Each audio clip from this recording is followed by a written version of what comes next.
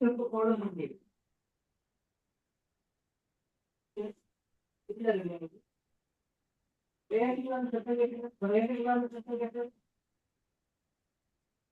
പ്രണാമം എല്ലാവർക്കും. നമ്മള് ഇന്ന് രണ്ടാമത്തെ ചാപ്റ്റർ തന്നെയല്ലേ? കൃഷ്ണ എല്ലാവർക്കും പ്രണാമം. കൃഷ്ണ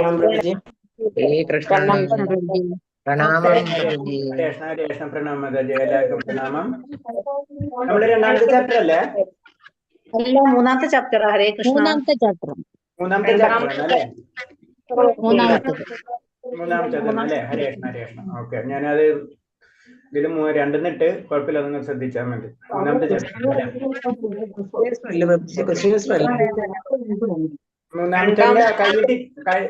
മൂന്നാമത്തെ രണ്ടാമത്തെ കഴിഞ്ഞാ കഴിയാറായി. 3:17 ആയിട്ടുണ്ട് അല്ലേ? ഓക്കെ, ഹരേ കൃഷ്ണ പ്രഭുജി. ഹരേ കൃഷ്ണ പ്രണാമം. ഹരേ കൃഷ്ണ ഹരേ കൃഷ്ണ.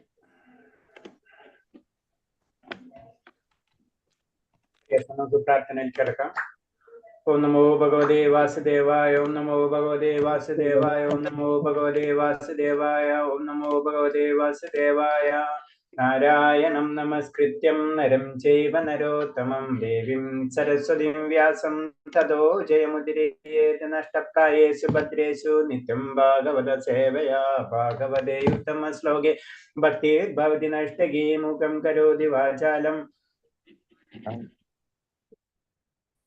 പങ്കും ലംഘയതേ ഗിരി യത്കൃപതമഹം വന്ദേ പരമാനന്ദമാധവം ശ്രീഗുരുദീനധാരിണം ശ്രീചൈതന്യമീശ്വരം അജ്ഞാനതിമിരാന്ധ്യസ്യ ജ്ഞാനാഞ്ജലശലാകയാ ചക്ഷുരുന്മിലിതം തസ്മൈ ശ്രീഗുരുവേ നമഃ. ശ്രീചൈതന്യം മനോഭീഷ്ടം സ്ഥാപിതം യേന ഭൂതലേ സ്വയം രൂപകഥാമഹ്യം തഥാ ദിശഭാന്തികം വന്ദേഹം ശ്രീഗുരു ശ്രീയുതപദകമലം ശ്രീഗുരും വൈഷ്ണവാംശ ശ്രീരൂപം സാഗരജാതം സഹന രഘുനാഥാനിധം തം സജീവം സാദേവം സാവധൂതം പരിജനസഹിതം കൃഷ്ണചൈതന്യദേവം ശ്രീരാധാകൃഷ്ണപാദാൻ സഹന ലളിതാ ശ്രീവിശാഖാനിം തം സാഹേ കൃഷ്ണ കരുണാ സിന്ധോ ദീനബന്ധോ ജഗത്പദേ ഗോപേശ ഗോപികാന്ത രാധാകാന്ത നമസ്തുതേ തപ്തകാഞ്ചന ഗൗരാംഗീ രാധേ വൃന്ദാവനേശ്വരി വൃഷഭാനുസുതേ ദേവി പ്രണമാമി ഹരിപ്രിയേ. പഞ്ചകൽപതരൂപേച്ഛ കൃപാ സിന്ധിഭ്യോ പതിനാം പാവനേഭ്യോ വൈഷ്ണവേഭ്യോ നമോ നമഃ. നമോ വിഷ്ണുപാദായ കൃഷ്ണപ്രേഷ്ഠായ ഭൂതലേ ശ്രീമതേ ഭക്തിവേദാന്ത സ്വാമിന്യതി നാമിനേ.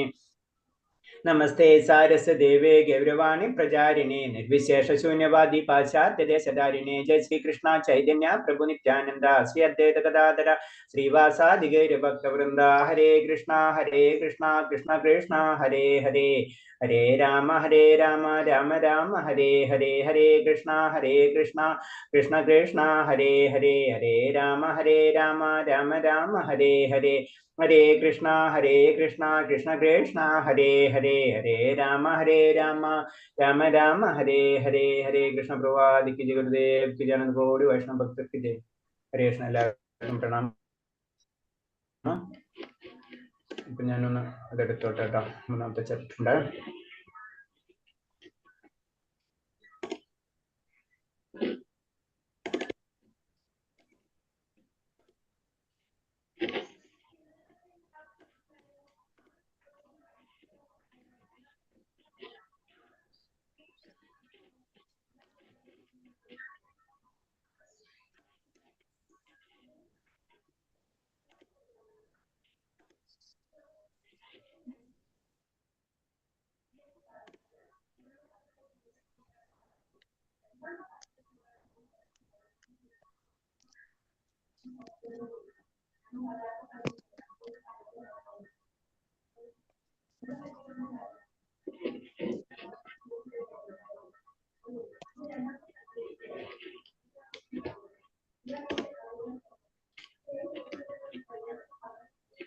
സെക്കൻഡ്, ഇതൊക്കെ ഒന്നും ലോഡായിട്ടില്ല.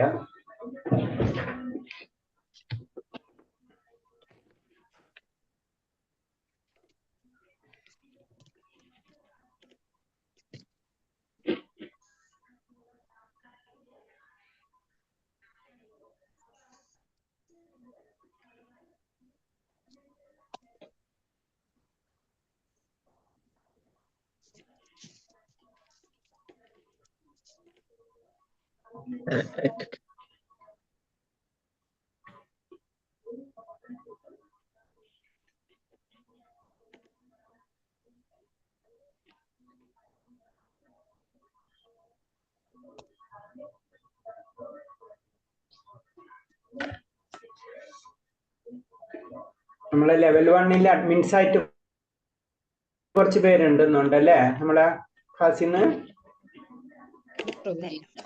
കുറച്ച് പേര് ജോയിൻ ചെയ്തില്ലേ? പലരും ക്ലാസ്സിൽ പറഞ്ഞിട്ട് ആരൊക്കെ ഉള്ളത്? മെന്റേഴ്സ് ആയിട്ട്, അഡ്മിൻസ് ആയിട്ടില്ല, മെന്റേഴ്സ് ആയിട്ടില്ല.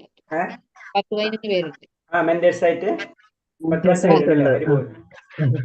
രേഷ്മ 10 പേരുണ്ട്. 10 പേരുണ്ട് അല്ലേ? 11 പേരുണ്ട്. 11 പേരുണ്ട്. 15 പേരുണ്ട്. അപ്പൊ പകുതി പേര് സർവീസിലാ രേഷ്മ? 11 പേരുണ്ട്. 11 പേര് സർവീസിലാണ്. അപ്പൊ നമ്മളെ ട്രെയിനില് എല്ലാവരും ഇരിക്കുകയാണ് അല്ലേ രേഷ്മ? ഇറങ്ങണില്ല ആരും? രേഷ്മ, ഞാനെന്തോ വേറൊരു പരിപാടി. ആരെങ്കിലും ടീച്ചേഴ്സ് ഉണ്ട് ഇതില്? പേയ്മെന്റ് ചെയ്താൽ ആരെങ്കിലും ടീച്ചേഴ്സ് ഉണ്ട് നമ്മളെ ഇതില്? ടീച്ചറായിട്ട് മറ്റേ ശ്രീലത മാവുണ്ട്. Sreelatha high school teacher. ശ്രീലത മകൻ ലക്ഷ്മി മാതാജ, പ്രസന്നകുമാരി മാതാജി ടീച്ചറാണോ? ഹൈസ്കൂൾ തേർഡാണ്. ഹൈസ്കൂൾ ടീച്ചറാണ് അല്ലേ? ഒരു കൃഷ്ണ. ഓക്കെ ഹരികൃഷ്ണ, ഞാനത് പറഞ്ഞു വന്നെന്ന് പറഞ്ഞു കഴിഞ്ഞാലേ ഇപ്പൊ നമ്മൾ ഇതിൽ കൂടെ ഒരു കാര്യം കൂടെ നമ്മളെ പല കാര്യങ്ങൾ ഇപ്പൊ AI അറിയല്ലേ, ജനറേറ്റീവ് ആർട്ടിഫിഷ്യൽ ഇന്റലിജൻസ് എന്ന് പറഞ്ഞിട്ടുള്ള കുറെ സോഫ്റ്റ്വെയർസ് ഉണ്ടല്ലോ. അതില് ഒരു ഇതുണ്ട്, എന്താ പറയണത്, നോട്ട്ബുക്ക് എന്ന് പറഞ്ഞിട്ടുള്ളത്, നോട്ട്ബുക്ക് എല്ലാം എന്ന് പറഞ്ഞിട്ട് ഗൂഗിളിന്റെ. അത് വളരെ ഇൻട്രസ്റ്റിംഗ് സോഫ്റ്റ്വെയർസ് ആണ്. ഇപ്പൊ നമ്മളിപ്പോ 3ാമത്തെ ചാപ്റ്റർ എടുക്കണം അല്ലേ? ബുക്ക് കവർ ചെയ്യാൻ വാങ്ങിച്ചു. ഒരു സെക്കൻഡ്. അപ്പൊ അതിലെല്ലാം നമുക്ക് പെട്ടെന്ന് നമ്മള് സമ്മറീസ് ഒക്കെ കിട്ടും. കുട്ടികൾക്കൊക്കെ വളരെ ഉപകാരമാണ് അത്. അപ്പൊ ഞാനത് പറഞ്ഞത് മാത്രമേ ഉള്ളൂ. ഇപ്പൊ ഞാനിന്ന് നിങ്ങൾക്ക് ജസ്റ്റ് നമ്മൾ 2ാമത്തെ 3ാമത്തെ അധ്യായത്തിന്റെ സമ്മറീസ് ഇപ്പൊ ഞാൻ എടുത്തിരിക്കുന്നുണ്ടാ ഒരു നോട്ട്ബുക്കാണ്, കണ്ടില്ലേ? യുണൈറ്റഡ് നോട്ട്ബുക്ക് എന്ന് പറഞ്ഞിട്ടുള്ളത് AI ജനറേറ്റ് വരുന്നതാണത്. വളരെ സിമ്പിൾ ആണ്. നമുക്കത് ക്ലിക്ക് ചെയ്ത് കഴിഞ്ഞാല് നമ്മളിപ്പോ ഭക്തിയുടെ നമ്മൾ 3ാമത്തെ ചാപ്റ്റർ പഠിച്ചിരുന്നത് ഭക്തിയോഗം, തലങ്ങളും പ്രയോഗങ്ങളും ലക്ഷ്യങ്ങളും, സേവനത്തിന്റെ യോഗ്യത. അപ്പൊ നമ്മൾ ഈ 3ാമത്തെ ചാപ്റ്ററിന്റെ കംപ്ലീറ്റ് സമ്മറി നമുക്ക് കിട്ടും. ഓട്ടോമാറ്റിക് ആയിട്ട് ക്രിയേറ്റ് ആവും, വേറെ ഒന്നും വർക്കൊന്നും വേണ്ട ഇതിൽ. അപ്പൊ പ്രത്യേകിച്ച് സ്റ്റുഡൻസിന്, ടീച്ചേഴ്സിന് വളരെയധികം ബെനിഫിറ്റ് ഉള്ള ഒരു സോഫ്റ്റ്വെയർ അത് AI നോട്ട്ബുക്ക് എന്ന് പറഞ്ഞാൽ. അതിന് മദറിന് പറഞ്ഞ നോട്ട്ബുക്ക് എല്ലാം എന്ന് പറഞ്ഞിട്ടുള്ള ഒരു സോഫ്റ്റ്വെയർ ഉണ്ട്. അപ്പൊ അതിലാണ് ഞാൻ ചെയ്യുന്നത്. അപ്പൊ നമ്മൾ 3ാമത്തെ അധ്യായത്തില് ഭക്തിയോഗം, തലങ്ങളും പ്രയോഗങ്ങളും എന്ന് പറയുമ്പോൾ ഭക്തന്മാരുടെ തരംതിരിവ്. അപ്പൊ ഒറ്റയടിക്ക് തന്നെ നമുക്ക് എന്താണ് ഭക്തന്മാരുടെ തരംതിരിവ് എന്ന് പറയുമ്പോൾ അതിൽ കിട്ടും. അപ്പൊ കുറച്ചുകൂടെ നമുക്ക് എളുപ്പമാണ് കാര്യങ്ങള് പറഞ്ഞു കൊടുക്കാനും. നമ്മൾ നോക്കുമ്പോ നോക്കിയേ,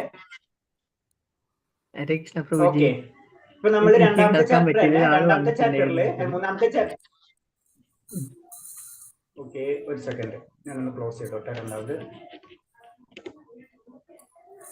അപ്പൊ ടീച്ചേഴ്സിനൊക്കെ വളരെ ബെനിഫിറ്റ് എന്ന് പറയാണ്. AI എന്ന് പറഞ്ഞ ഗൂഗിളിലെ നോട്ട്ബുക്ക് എല്ലാം എന്ന് പറഞ്ഞ ഒരു സോഫ്റ്റ്വെയർസ് ഉണ്ട്. വളരെ സിമ്പിൾ ആണത്, വളരെ യൂസ്ഫുൾ ആയിട്ടുള്ളതാണ്. സ്റ്റുഡൻസിനൊക്കെ വളരെ ബെറ്റർ ആണ്. അവൻ പറഞ്ഞു മാത്രമേ ഉള്ളൂ. അപ്പൊ ഇതില് നമ്മള് 2ാമത്തെ അധ്യായത്തില് 2ാമത്തെ അധ്യായം നമുക്ക് 3ാമത്തെ അധ്യായം പഠിക്കാം. എന്നിട്ട് നമുക്ക് എത്രാമത്തെ സ്ലൈഡ് വരെ ആയിരുന്നു നമ്മളെ ഓർമ്മ ഉണ്ടായിരുന്നെങ്കിലും?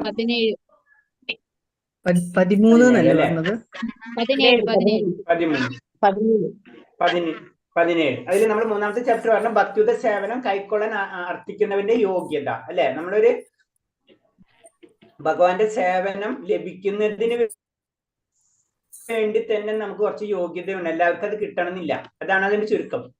നമ്മൾ വിചാരിച്ചു കഴിഞ്ഞാൽ ഭഗവത് സേവനത്തിലേക്ക് നമുക്ക് കിട്ടില്ല. നമുക്ക് പ്രൈം മിനിസ്റ്ററെ സേവിക്കുക എന്ന് പറഞ്ഞു കഴിഞ്ഞാൽ നമുക്ക് ആവില്ല അല്ലെ? നമുക്ക് അതിന് കുറച്ച് ക്വാളിറ്റിയും കുറെ പെർമിഷൻസ് ഒക്കെ വേണം എന്നത് പറഞ്ഞപ്പോൾ തന്നെ ഭഗവാന്റെ കാര്യത്തിനും അതിനും ഒരു യോഗ്യത വേണമെന്ന് പറഞ്ഞിട്ടാണ് നമ്മൾ ചാപ്റ്റർ തുടങ്ങുന്നത് തന്നെ. അപ്പൊ അതിനൊരു മഹാഭാഗ്യം വേണം, പരിശുദ്ധ ഭക്തന്മാരായിട്ടുള്ള ആ ഒരു ബന്ധം ഉണ്ടായിരിക്കണം, പിന്നെന്താണ് ഭഗവാനായിട്ടുള്ള ഒരു ആകർഷണം ഉണ്ടാവണം. ഇതൊക്കെ ഇത് ആവശ്യമാണ് നമുക്ക്. എന്നാലേ നമുക്ക് ഭഗവാനെ സേവിക്കുന്ന ഒരു അവസ്ഥയിൽ ഒരു യോഗ്യത നമുക്ക് ഉണ്ടാവുള്ളൂ എന്ന് പറയുന്നത്. അവിടെ നമ്മൾ തുടങ്ങായിരുന്നു, അങ്ങനെ പല കാര്യങ്ങളും നമ്മൾ അതിൽ പറഞ്ഞു. 13 ഓക്കെ.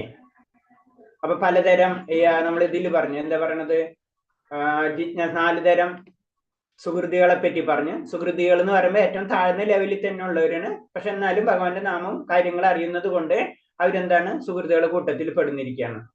അപ്പൊ അവിടുന്ന് അത് പറഞ്ഞു, നമ്മൾ 4 തരം സുഹൃതികളൊക്കെ പറഞ്ഞു. അത് കഴിഞ്ഞിട്ട് അടുത്ത് പറയുന്നത് ഭഗവത്ഗീതയിൽ 7-ാം അധ്യായത്തിലും ഈ 4 തരം ഭക്തന്മാരെ കുറിച്ച് പറയുന്നുണ്ട്. അവരെല്ലാം ധർമ്മിഷ്ഠ ഇല്ലാത്തവർക്ക് ഭക്തിയുത സേവനത്തിൽ ഭക്തിയുത സേവനത്തിലേക്ക് വരാൻ കഴിയില്ല.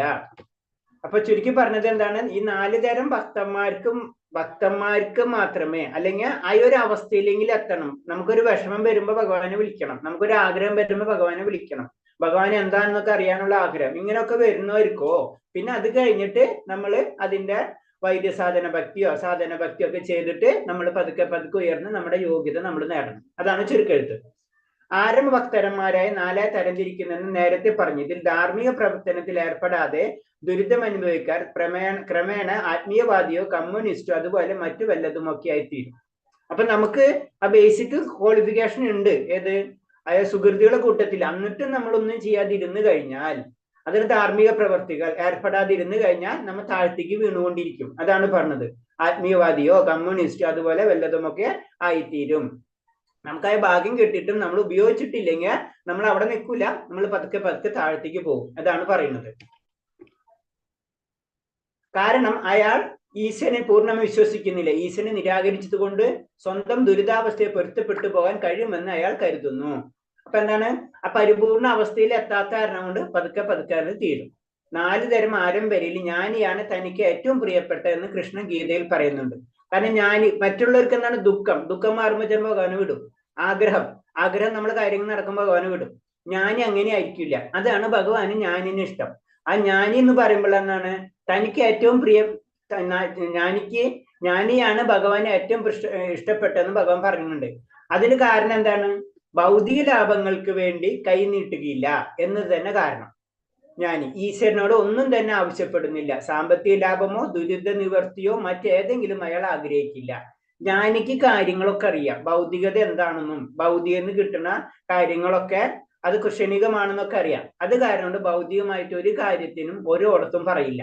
അതാണ് ഭഗവാന് ജ്ഞാനിയോട് ഇഷ്ടം എന്ന് പറയുന്നത്.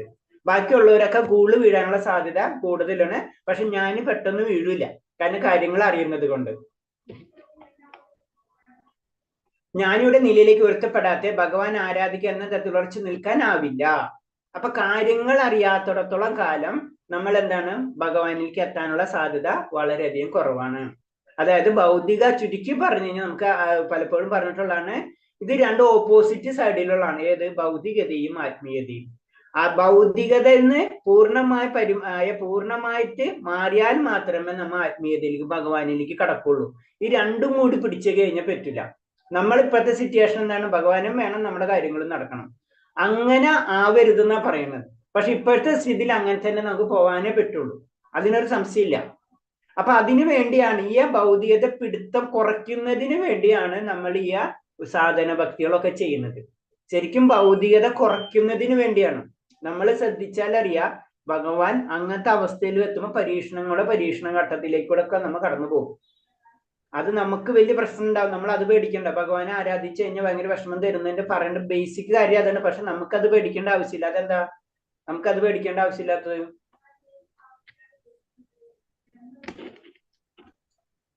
ഹരേഷ്ണ, അതെന്തായിരിക്കും? എന്റെ ചോദ്യം കേട്ടില്ലേ? നമ്മൾ ജ്ഞാനിയുടെ തലത്തിലേക്ക് ഉയരാത്തോണ്ടല്ലോ പ്രഭുജി പേടിക്കേണ്ടത്. നമ്മൾ ജ്ഞാനിയുടെ തലത്തിൽ ഉയർന്നിട്ടില്ല, നമ്മൾ ആ അവസ്ഥയിൽ എത്തിയിട്ടില്ല. ആ അവസ്ഥയിൽ എത്തിക്കഴിഞ്ഞാൽ മാത്രമേ ഞാൻ പറയാം, 10th എത്തുമ്പോൾ 10th എക്സാം എഴുതേണ്ട ആവശ്യമുള്ളൂ എന്ന് പറഞ്ഞ പോലെ, നമ്മൾ ആ അവസ്ഥയിൽ എത്താത്തിടത്തോളം കാലം നമുക്ക് ഭൗതികതയും കിട്ടും, ആത്മീയത ഒക്കെ കിട്ടിക്കൊണ്ടിരിക്കും. പക്ഷെ ഒരു പർട്ടിക്കുലർ ലെവൽ കഴിയുമ്പോൾ ഭൗതികത നമ്മൾ വിടും. അത് വിടുന്ന സമയത്താണ് കൂടുതൽ പരീക്ഷണ ഘട്ടങ്ങൾ വരുന്നത്. അതാണത് പറയുന്നത്. അത് അപ്പൊ ജ്ഞാനിയുടെ നിലയിലേക്ക് ഉയർത്തപ്പെടാതെ ഭഗവാൻ ആരാധിക്കുക എന്ന തത്വത്തിൽ ഉറച്ചു നിൽക്കാൻ ആവില്ല. അപ്പൊ ഒരു ഭക്തനാവണമെങ്കിൽ ഒരു ജ്ഞാനിയുമായിരിക്കും. അതായത് ഭൗതികത എന്താണെന്ന് മനസ്സിലാക്കി പൂർണ്ണമായിട്ട് ഒരു വിടുതൽ ഉണ്ടായിരിക്കും. നിരവധി ജന്മങ്ങൾക്ക് ശേഷം ജ്ഞാനിയായി തീരുമ്പോൾ ഒരുവൻ വാസുദേവൻ ഇനിയിൽ സ്വയം സമർപ്പണം ചെയ്യുന്നു. അതായത് വാസുദേവൻ കൃഷ്ണനാണ് സകലതിന് കാരണം, ആദ്യ പുരുഷൻ എന്ന ബോധം വന്നിരിക്കുന്നു എന്നർത്ഥം. അപ്പൊ ഇതിന് ചിലപ്പോൾ ഒരു ജന്മല്ല, നമ്മളിപ്പോ ഒറ്റയടിക്ക് നമുക്ക് ഇന്ന് നമ്മൾ നാമം ചെയ്തിട്ട് നാളെ തന്നെ ഭഗവാന്റെ വൈകുണ്ഠ ലോകത്തിലേക്ക് പോകാൻ പറ്റില്ല നമുക്ക്. അതാണ് പറഞ്ഞത്. അത് പിന്നെ നമ്മൾ ജ്ഞാനിയുടെ തലത്തിൽ ജ്ഞാനിയായി തീരുമ്പോൾ ജ്ഞാനിയുടെ തലത്തിലേക്ക് പതുക്കെ പതുക്കെ നമ്മൾ ഉയർന്ന് നമ്മൾ എന്താണ് ഭൗതികത മുഴുവനും വിട്ട് പിന്നെയാണ് നമുക്ക് എന്താണ് ഭഗവാനാണ് എല്ലാത്തിന്റെ കാരണത്തിന്റെ കാര്യകാരണം, അത് ഭഗവാനാണെന്ന് മനസ്സിലാവുന്ന ഒരവസ്ഥ. അവിടെ നിന്നാണ് ശരിക്കും ഭക്തി, പരിപൂർണ ഭക്തി നമ്മൾ തുടങ്ങും. നമ്മൾ ആദ്യമേ തന്നെ പറഞ്ഞിട്ടുണ്ട്, ശ്രദ്ധ, സാധുസംഗ, ഭജനക്രിയ, അനർത്ഥ നിവൃത്തി. ഈ 3-4 ഘട്ടങ്ങളുണ്ട്. ഈ ഘട്ടങ്ങൾ കടക്കണം. ഈ ഘട്ടങ്ങൾ കടന്നാലോ പിന്നെ നമ്മൾ രുചി, നിഷ്ഠ എന്നൊക്കെ പറഞ്ഞ സെക്ഷനിലേക്ക് നമ്മൾ കടക്കുള്ളൂ. ഭഗവതിയിൽ പറഞ്ഞിട്ടുള്ള ശ്ലോകം തന്നെയാണ്, ബഹുനാം ജന്മനാമന്റെ ജ്ഞാനവാൻമാ പ്രപത്യത്തെ വാസുദേവം സർവമതി സമാഹാത്മാ സുദുർലഭ. അത് തന്നെ ദുർലഭമാണ്. അപ്പൊ നമ്മൾ പഠിക്കുന്തോറും നമുക്ക് മനസ്സിലാവുന്ന പറഞ്ഞു കഴിഞ്ഞാൽ ഭക്തി എന്ന് പറഞ്ഞത് അത്ര ഈസി ആയിട്ടുള്ള, അതായത് പരിപൂർണ പരിശുദ്ധി ഭക്തി, പരിശുദ്ധമായിട്ടുള്ള ഭക്തി എന്ന് പറഞ്ഞത് വളരെ ഈസി ആയിട്ട് കിട്ടുന്ന കാര്യമല്ല. പക്ഷെ നമ്മൾ എന്താണ്, അത് പ്രോസസ്സ് സ്റ്റാർട്ട് ചെയ്തിരിക്കണം. ആ പ്രോസസ്സാണ് നമ്മൾ. അതിന് ചിലപ്പോൾ പല ജന്മങ്ങളും നമുക്ക് എടുത്തുന്നത് വരും. അതിൽ കൂടെ നമുക്ക് നമ്മൾ ഇത് ചെയ്യുന്ന കൂടെ കുറെ ബെനിഫിറ്റ്സുകൾ നമുക്ക് കിട്ടും. അതൊക്കെ വേറെ. പക്ഷെ എന്നിരുന്നാലും അൾട്ടിമേറ്റ് ലക്ഷ്യം എന്ന് പറഞ്ഞത് കുറെ സമയം പിടിക്കും. ആദ്യം മുതൽ തന്നെ അയാളുടെ കൃഷ്ണാഭിമുഖ്യം എന്നതാണ് അതിന്റെ അർത്ഥം. അപ്പൊ എന്താണ് തുടക്കത്തിലെ തന്നെ നമ്മൾ എല്ലാ കാര്യങ്ങളും തുടങ്ങണം. അതായത് നമ്മുടെ ജീവിതം ചെറുപ്പകാലത്തെ തന്നെ എത്ര പെട്ടെന്ന് ഇന്ന് ചെയ്യാൻ പറ്റുന്ന ഇന്ന് തന്നെ നമ്മൾ എന്താണ് കൃഷ്ണാബോധത്തിലേക്ക് കടക്കണം. അതിന് ടൈം വേസ്റ്റ് ചെയ്യരുത്. കാരണം മനുഷ്യ ജന്മം എന്ന് പറഞ്ഞാൽ അത്ര അപൂർവമാണ്. ബുദ്ധി കുറഞ്ഞവരും മായിൽ പിടിയിൽപ്പെട്ട ബുദ്ധി കൈവിട്ടു പോയവരും ഈ പിന്നെ ദേവതകളുടെ ആയിരിക്കും ആഭിമുഖ്യം കാണിക്കുക. അപ്പൊ ദേവതകളെ ആരാധിക്കുന്ന എന്താണെന്ന് നമുക്കറിയാം അല്ലെ. ദേവതകളെ ആരാധിച്ചു കഴിഞ്ഞാൽ ദേവതകൾക്ക് കൊടുത്തിട്ടുള്ള കാര്യങ്ങളൊക്കെ നമുക്ക് തരും. അപ്പൊ അതിന് ദേവതകളെ, അപ്പൊ ശരിക്കും പറഞ്ഞാൽ അത് ടെമ്പററി ആണ്, ക്ഷണികമാണ്. ഇന്നൊരു കാര്യം കിട്ടി, ഇന്ന് നമ്മളൊരു കാറ് വാങ്ങിക്കാൻ ആഗ്രഹിച്ചു, നാളെ അതിനും വലിയ കാറ് വാങ്ങിക്കാൻ ആഗ്രഹിക്കും. അപ്പൊ അതാണ് ക്ഷണികമാണ് നമ്മൾ ആനന്ദങ്ങൾ മുഴുവൻ. അതാണ് ബുദ്ധി കുറഞ്ഞവരെന്ന് പറയുന്നത്. ഇത് എല്ലാതും ഇങ്ങനെ മാറി മറിഞ്ഞുകൊണ്ടിരിക്കുകയാണ്. അപ്പൊ ബുദ്ധി കുറഞ്ഞവരെന്നാണ് ഇപ്പോഴത്തെ കാര്യം നടക്കാൻ വേണ്ടി പല ദേവതകളെയും ആരാധിക്കും എന്നാ പറയുന്നത്. അപ്പൊ അത് തെറ്റെന്നല്ല പറയുന്നത്, അത് ബുദ്ധി കുറഞ്ഞതാണ് എന്നാ പറയുന്നത് മാത്രമേ ഉള്ളൂ. അതാണ് യാന്തി ദേവവൃദ്ധദേവൻ പ്രധാൻ യാന്തി പൃഥുബുധ ഭൂതാനി യാന്തി ഭൂതേച്ച് യാന്തി മധ്യച്ഛനോഭിമം. നമുക്കറിയാവുന്നതാണ് അല്ലെ. ദേവന്മാരെ ആരാധിക്കും ദേവന്മാരെ ലോകത്തും, അതുപോലെ പൃഥുക്കളെ ആരാധിക്കും പൃഥുക്കളെ ലോകത്തും, പിന്നെ അതേപോലെ തന്നെ ആരെ ആരാധിക്കുന്ന ആ ലോകത്തിലേക്കൊക്കെ പോകുന്ന നമുക്കറിയാം. അപ്പൊ അതാണ്, അത് ബുദ്ധി കുറഞ്ഞവരാണ് ദേവന്മാരെ ആരാധിക്കുന്ന പറയുന്നത്. അപ്പൊ നമ്മളെല്ലാവരും ബുദ്ധി കുറഞ്ഞത് തന്നെയാണ്. നമ്മൾ അതിന് കൂടുതൽ സ്പെഷ്യലൈസ് ഒന്നും നമ്മൾ ചെയ്യേണ്ട ആവശ്യമില്ല. നമുക്ക് ബുദ്ധി കുറഞ്ഞത് കാരണം കൊണ്ടാണ് നമ്മൾ എല്ലാവരും ആരാധിക്കുന്നത്. നമ്മളെ അവസ്ഥ അതാണ്. നമ്മൾ അതിന് മുന്നേ പഠിച്ച് നമ്മൾ കനിഷ്ക അധികാരികളാണ്. കനിഷ്ക അധികാരികളുടെ അവസ്ഥ അതായിരിക്കും. അപ്പൊ അതിനെ നമ്മൾ മറ്റുള്ളവരെ ബ്ലെയിം ചെയ്തിട്ട് കാര്യമില്ല. നമ്മളെല്ലാവരും കനിഷ്ക അധികാരിയാണ്. നമ്മൾ ചിന്തിക്കുക, ഏതെങ്കിലും ഒരു ദേവനെ ചെയ്ത് കഴിഞ്ഞിട്ട് ആ ദേവനയ്ക്ക് എന്തെങ്കിലും കിട്ടട്ടെ എന്ന് വിചാരിച്ചിട്ടുള്ള ആ അവസ്ഥയാണ് ഭാഷയിൽ നമ്മളേക്കുള്ളത്. അത് തെറ്റല്ല. പക്ഷെ നമ്മൾ ഉയരും തോറും നമ്മൾ എന്ന രീതിയിലുള്ള മാറ്റങ്ങൾ പതുക്കെ പതുക്കെ നമുക്ക് വന്നുകൊള്ളും. നമ്മൾ അതിനുവേണ്ടി സ്പെഷ്യലായിട്ട് ചെയ്യേണ്ട ഭഗവാന്റെ കാര്യങ്ങൾ കൂടുതൽ ഭഗവത് സേവനങ്ങളും ഭഗവാന്റെ നാമങ്ങളും ചെയ്തുകൊണ്ടിരുന്നാൽ പതുക്കെ പതുക്കെ ഭൗതിക അവസ്ഥയിൽ നിന്ന് പതുക്കെ നമ്മുടെ ആഗ്രഹങ്ങൾ തന്നെ കുറഞ്ഞു തുടങ്ങി. ബേസിക് ആയിട്ടുള്ള കാര്യമാണ്. നമ്മുടെ ആഗ്രഹങ്ങൾ തന്നെ കുറയും, ദുഃഖങ്ങൾ കുറയും. ദുഃഖങ്ങൾ അവിടെ ഉണ്ടായാലും നമുക്കത് ഫീൽ ചെയ്യില്ല. അതാണ് ആ ദുഃഖത്തിന്റെ പറയില്ല, ആക്കം എന്ന് പറയില്ലേ, അത് കുറഞ്ഞു വരും. അതാണ് പ്രത്യേകത. ഓരോരുത്തരുടെ ഗുണത്തിന്റെ സത്ത് രജസ് തമസ് അടിസ്ഥാനത്തിൽ ഓരോ ദേവതയെ സ്വീകരിക്കുന്നു. ശരീരമല്ല ആത്മാവാണ് ഞാൻ എന്നറിയുന്നവനാണ് ഞാൻ. അപ്പൊ നമ്മള് അതൊക്കെ നമ്മൾ പഠിച്ചിട്ടാണ്. നമ്മള് 18-ാം അധ്യായത്തില് പല രീതിയിലുള്ള വിശ്വാസങ്ങളെ പറ്റി പറഞ്ഞിട്ടുണ്ട് അല്ലെ. സത്ത് രജസ് തമസ്, സാത്വിക ഗുണമുള്ള ദേവന്മാര്, രജസ് ഗുണമുള്ള ദേവന്മാര്, താമസിക ഗുണമായിട്ടുള്ളവര്, അവരൊക്കെ ആരാധിക്കുന്ന രീതികളുണ്ട്. അതൊക്കെ എന്താണ്, നമ്മൾ തന്നെയാണ്. നമ്മുടെ സ്വഭാവം എന്താണ്, ആ സ്വഭാവത്തിനനുസരിച്ചായിരിക്കും നമുക്ക് വരുന്ന ദേവത. അതാണ് അതിൽ പറയുന്നത്. അപ്പൊ ഇതൊക്കെ ശരിക്കും മനസ്സിലായിട്ടുള്ള ഒരു വ്യക്തിയാണ് ജ്ഞാനി. ആ ജ്ഞാനിക്ക് അറിയാം ഇതൊന്നല്ല കാര്യം, ഞാൻ ശരീരമല്ല ആത്മാവെന്നുള്ളൊരു ബോധം ജ്ഞാനിക്കുണ്ടായിരിക്കും. താൻ ജീവാത്മാവും കൃഷ്ണൻ പരമാത്മാവുമാണ് എന്നും ബോധം വരുന്നത് കൊണ്ട് തന്റെ ഉറ്റ ബന്ധം സ്വന്തം ശരീരത്തോടായിരിക്കരുത്, മറിച്ച് കൃഷ്ണനോടായിരിക്കണമെന്ന് അയാൾ മനസ്സിലാക്കുന്നു. അപ്പൊ നമ്മുടെ ബന്ധം എന്ന് പറയുന്നത് ശരിക്കും അത് മനസ്സിലാക്കുമ്പോൾ നമുക്ക് നമ്മുടെ ശരീരം എന്ന് പറയുന്നത് ഒരു ഷർട്ട് അല്ലെങ്കിൽ ഡ്രസ്സ് ഇടുന്ന പോലെയുള്ളൂ. നമുക്ക് നമ്മുടെ ഡ്രസ്സിനോട് ഒരു അറ്റാച്ച്മെന്റ് ഇല്ല അല്ലെ, നമ്മള് മുഷിഞ്ഞു കഴിഞ്ഞാൽ അത് കഴുകാനിടും എന്നിട്ട് പറഞ്ഞ പോലെയാണ് നമ്മുടെ ശരീരം. അതാർക്കും മനസ്സിലാവും? ജ്ഞാനിക്ക് മനസ്സിലാവും. നമ്മുടെ ബന്ധം ഭഗവാനായിട്ടുള്ളൂ മാത്രം എന്നുള്ളൊരു മനസ്സിലാക്കുന്ന ഒരു അവസ്ഥ. ആ വ്യക്തിനാണ് ജ്ഞാനി എന്ന് പറഞ്ഞ് ജ്ഞാനിന്റെ തലത്തിൽ നിന്നാണ് ഭക്തിയിലേക്ക് പതുക്കെ കടക്കുന്നത്. ദുഃഖിതനും ധനം ആവശ്യമായി വന്നിരിക്കുന്നവനും ജീവിതത്തെ കുറിച്ചുള്ള ഭൗതിക സങ്കല്പത്തിലാണ്. കാരണം ഇവർ പറഞ്ഞ രണ്ടും ശരീരവുമായി ബന്ധപ്പെട്ടതാണ്. ജിജ്ഞാസുവിന്റെ നില ഇവരുടേതേക്കല്ല അല്പം ഉയർന്നതാണ്. അപ്പൊ 4 കാറ്റഗറി ഉണ്ടെങ്കിലും ഞാൻ ഓരോ സെക്ഷനായിട്ട് തിരിവെച്ചിരിക്കുകയാണ്. ഏറ്റവും ഉയർന്നത് ജ്ഞാനി, അതിനേലും താഴെയാണ് ജിജ്ഞാസു. ജിജ്ഞാസിന് എന്താണെന്ന് അറിയാനുള്ള, എന്താണ് ഈ ലോകത്ത് നടക്കുക കാര്യം അറിയാൻ വേണ്ടി അന്വേഷിച്ചുകൊണ്ടിരിക്കുന്നതാണ് ജിജ്ഞാസുകൾ. അപ്പൊ പറയുന്നതാണ് അവര് ഈ ധനം കാക്ഷിക്കുന്നവരെക്കാളും ദുഃഖിതരെക്കാളും ഉയർന്ന തലത്തിലാണ്. അപ്പൊ 4 പേരും സുഹൃതികളാണെങ്കിൽ കൂടിയും അതിൽ ഏറ്റവും ഉയർന്നത് ജ്ഞാനിയും 17 താഴെ ജിജ്ഞാസും 17 താഴെയാണ് ഈ 2 പേരും, ധനം കാക്ഷിക്കുന്നവരും അല്ലെങ്കിൽ ഭൗതിക ആഗ്രഹം നിലനിർത്തുന്നവരും അതുപോലെ ദുഃഖിതരും. ഇവർ 17 താഴെയുള്ള വ്യക്തികളാണ്. പക്ഷെ എന്നാലും അവരെ സുഹൃത്തുക്കളെ കൂട്ടത്തിൽ തന്നെയാണ് പെടുത്തിട്ടുള്ളത്. പക്ഷെ അപ്പോഴും അയാൾ ഭൗതിക വിധാനത്തിൽ തന്നെ കൃഷ്ണൻ അന്വേഷിക്കുന്ന ജ്ഞാനിക്കറിയാം താൻ ജീവാത്മാവ് അഥവാ കൃഷ്ണ പരമാത്മാവ്, അത് പരബ്രഹ്മമാണെന്ന്. അപ്പൊ എന്താണ്, ഇപ്പൊ ഇങ്ങനത്തെ വ്യക്തികൾ അപ്പോഴും ഭൗതികാവസ്ഥയിൽ തന്നെയാണ്. പക്ഷെ എന്താ, ജ്ഞാനിക്ക് എന്ന് പറഞ്ഞു കഴിഞ്ഞാൽ കൃഷ്ണൻ പരമാത്മാവാണെന്നും ഞാൻ ജീവാത്മാവാണെന്നും അറിയാൻ പറ്റും. ബാക്കിയുള്ളവർക്ക് അത് അറിയില്ല. ഒരാളെ അന്വേഷിച്ചുകൊണ്ടിരിക്കുന്നു, ജിജ്ഞാസ അന്വേഷിക്കണം, എന്താണെന്ന് അറിയാനുള്ള ആഗ്രഹം. മറ്റവർക്ക് എന്ന് പറഞ്ഞു കഴിഞ്ഞാൽ അവര് ഭൗതിക വിധാനത്തിൽ തന്നെയാണ്. കാരണം എന്താണ്, ദുഃഖം അതേപോലെ തന്നെ ആഗ്രഹം, ഇതൊക്കെ ഭൗതിക അവസ്ഥയാണ് എന്നാ പറയുന്നത്. ഭൗതികമായ ക്ലേശദോഷങ്ങളിൽ നിന്ന് മുക്തനായി ജീവാത്മാ മുഴുവൻ തുല്യം കാണാനുള്ള അവസ്ഥ വരുമ്പം ഒരുവൻ ഭക്തി സേവനത്തിന്റെ യോഗ്യത നേടുന്നു. നമ്മളിപ്പോ അതിന് ഫസ്റ്റ് തുടക്കം എന്താണ്, ഭക്തി സേവനത്തിന് ഒരു വ്യക്തിക്ക് ഉണ്ടാവേണ്ട യോഗ്യത പറയുന്നു. അപ്പൊ യോഗ്യത എന്ന് പറയുന്നത് എന്താണ്, ഭൗതികമായ ക്ലേശരോഗങ്ങളിൽ നിന്നും മുക്തനായി ജീവാത്മാക്കളെ മുഴുവൻ തുല്യ നിലയിൽ എല്ലാതും ഭഗവാന്റെ അംശമാണെന്ന് കാണുന്ന ഒരവസ്ഥയിലേക്ക് നമ്മൾ എത്തുമ്പോൾ ഭൗതികമായിട്ടുള്ള എല്ലാ ക്ലേശങ്ങളിൽ നിന്നും മാറി, അല്ലെങ്കിൽ ഭൗതിക അവസ്ഥയിൽ നിന്നും കംപ്ലീറ്റ് മാറി എല്ലാ ജീവജാലങ്ങളെയും ഒരേപോലെ കാണുന്ന ഒരു അവസ്ഥയിലേക്ക് നമ്മൾ എത്തുമ്പോഴേ നമ്മളെ പരിശുദ്ധ ഭക്തൻ. അപ്പോഴോ ഭഗവാനെ നമുക്ക് എന്ത് ചെയ്യാൻ പറ്റുള്ളൂ, ഭഗവാനെ സേവിക്കാൻ കഴിയുള്ളൂ. അത്രയും നാള് നമ്മൾ എന്താ ചെയ്യുന്നത്, പ്രാക്ടീസാണ്.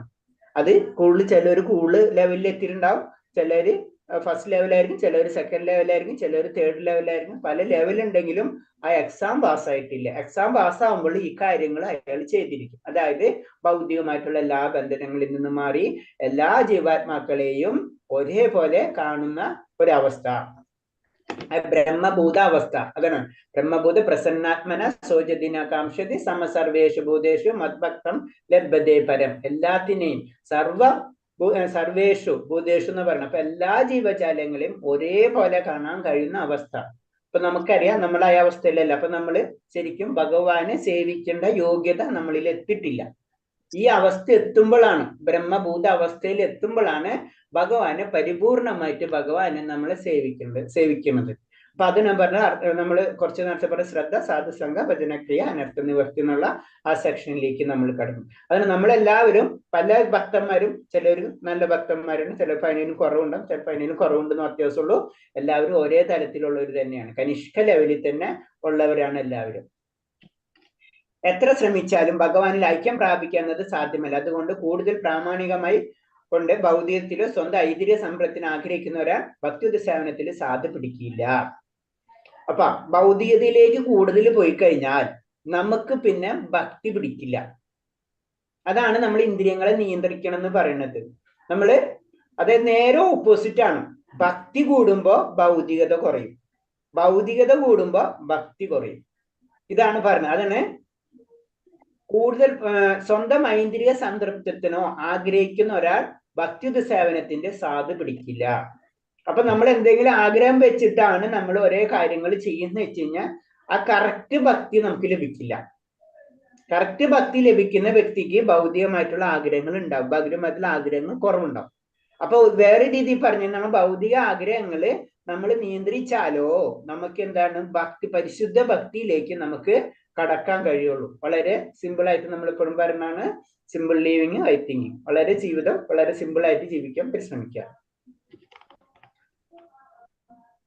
ദുർമാന്ത്രാനിയുടെ മായാജാലത്തിന് വശമാകുന്നതിനോട് മുക്തിയോ ആഗ്രഹിക്കുന്നവനെ രൂപ ഗോസ്വാമി തുലനം ചെയ്തിട്ടുള്ളത്.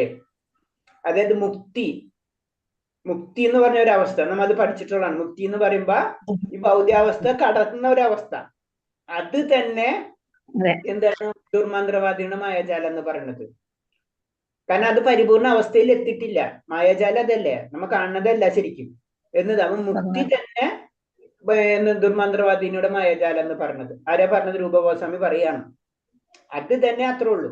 അതിന്റെ അപ്പുറമാണ് ഭക്തി എന്നുള്ളത്. മുക്തിക്ക് അപ്പുറമാണ് ഭക്തി എന്ന് നമുക്ക് പറഞ്ഞു തരാണ്. രണ്ടിടത്തും അയാൾ കുഴപ്പക്കാരാണ്. മുക്തി എന്നാൽ ഭൗതിക സുഖം, ഭൗതിക ദുഃഖങ്ങളിൽ നിന്നുള്ള മോചനം നേടി ഈശ്വരനാണ് മുക്തി. അപ്പൊ മുക്തി എന്ന് പറഞ്ഞാൽ എന്താണ്? അത് ഭൗതിക സുഖം. നമ്മളിപ്പോ ആസ്വദിക്കണമൊക്കെ ഭൗതിക സുഖങ്ങളൊക്കെ മുക്തി എന്ന് പറയാം. അതിൽ നിന്ന് ഒരിക്കലും ഭഗവാനെ കിട്ടൂല. പിന്നെ അടുത്തതാണ് മുക്തി എന്ന് പറഞ്ഞാൽ ഭൗതിക ദുഃഖങ്ങൾ, ഈ ഭൗതിക അവസ്ഥയിൽ നിന്നുള്ള ഒരു മോചനം, അതാണ് മുക്തി. ഈ മുക്തി ആയാലും ഭഗവാനെ ലഭിക്കില്ല. ഭക്തി തന്നെ വേണം.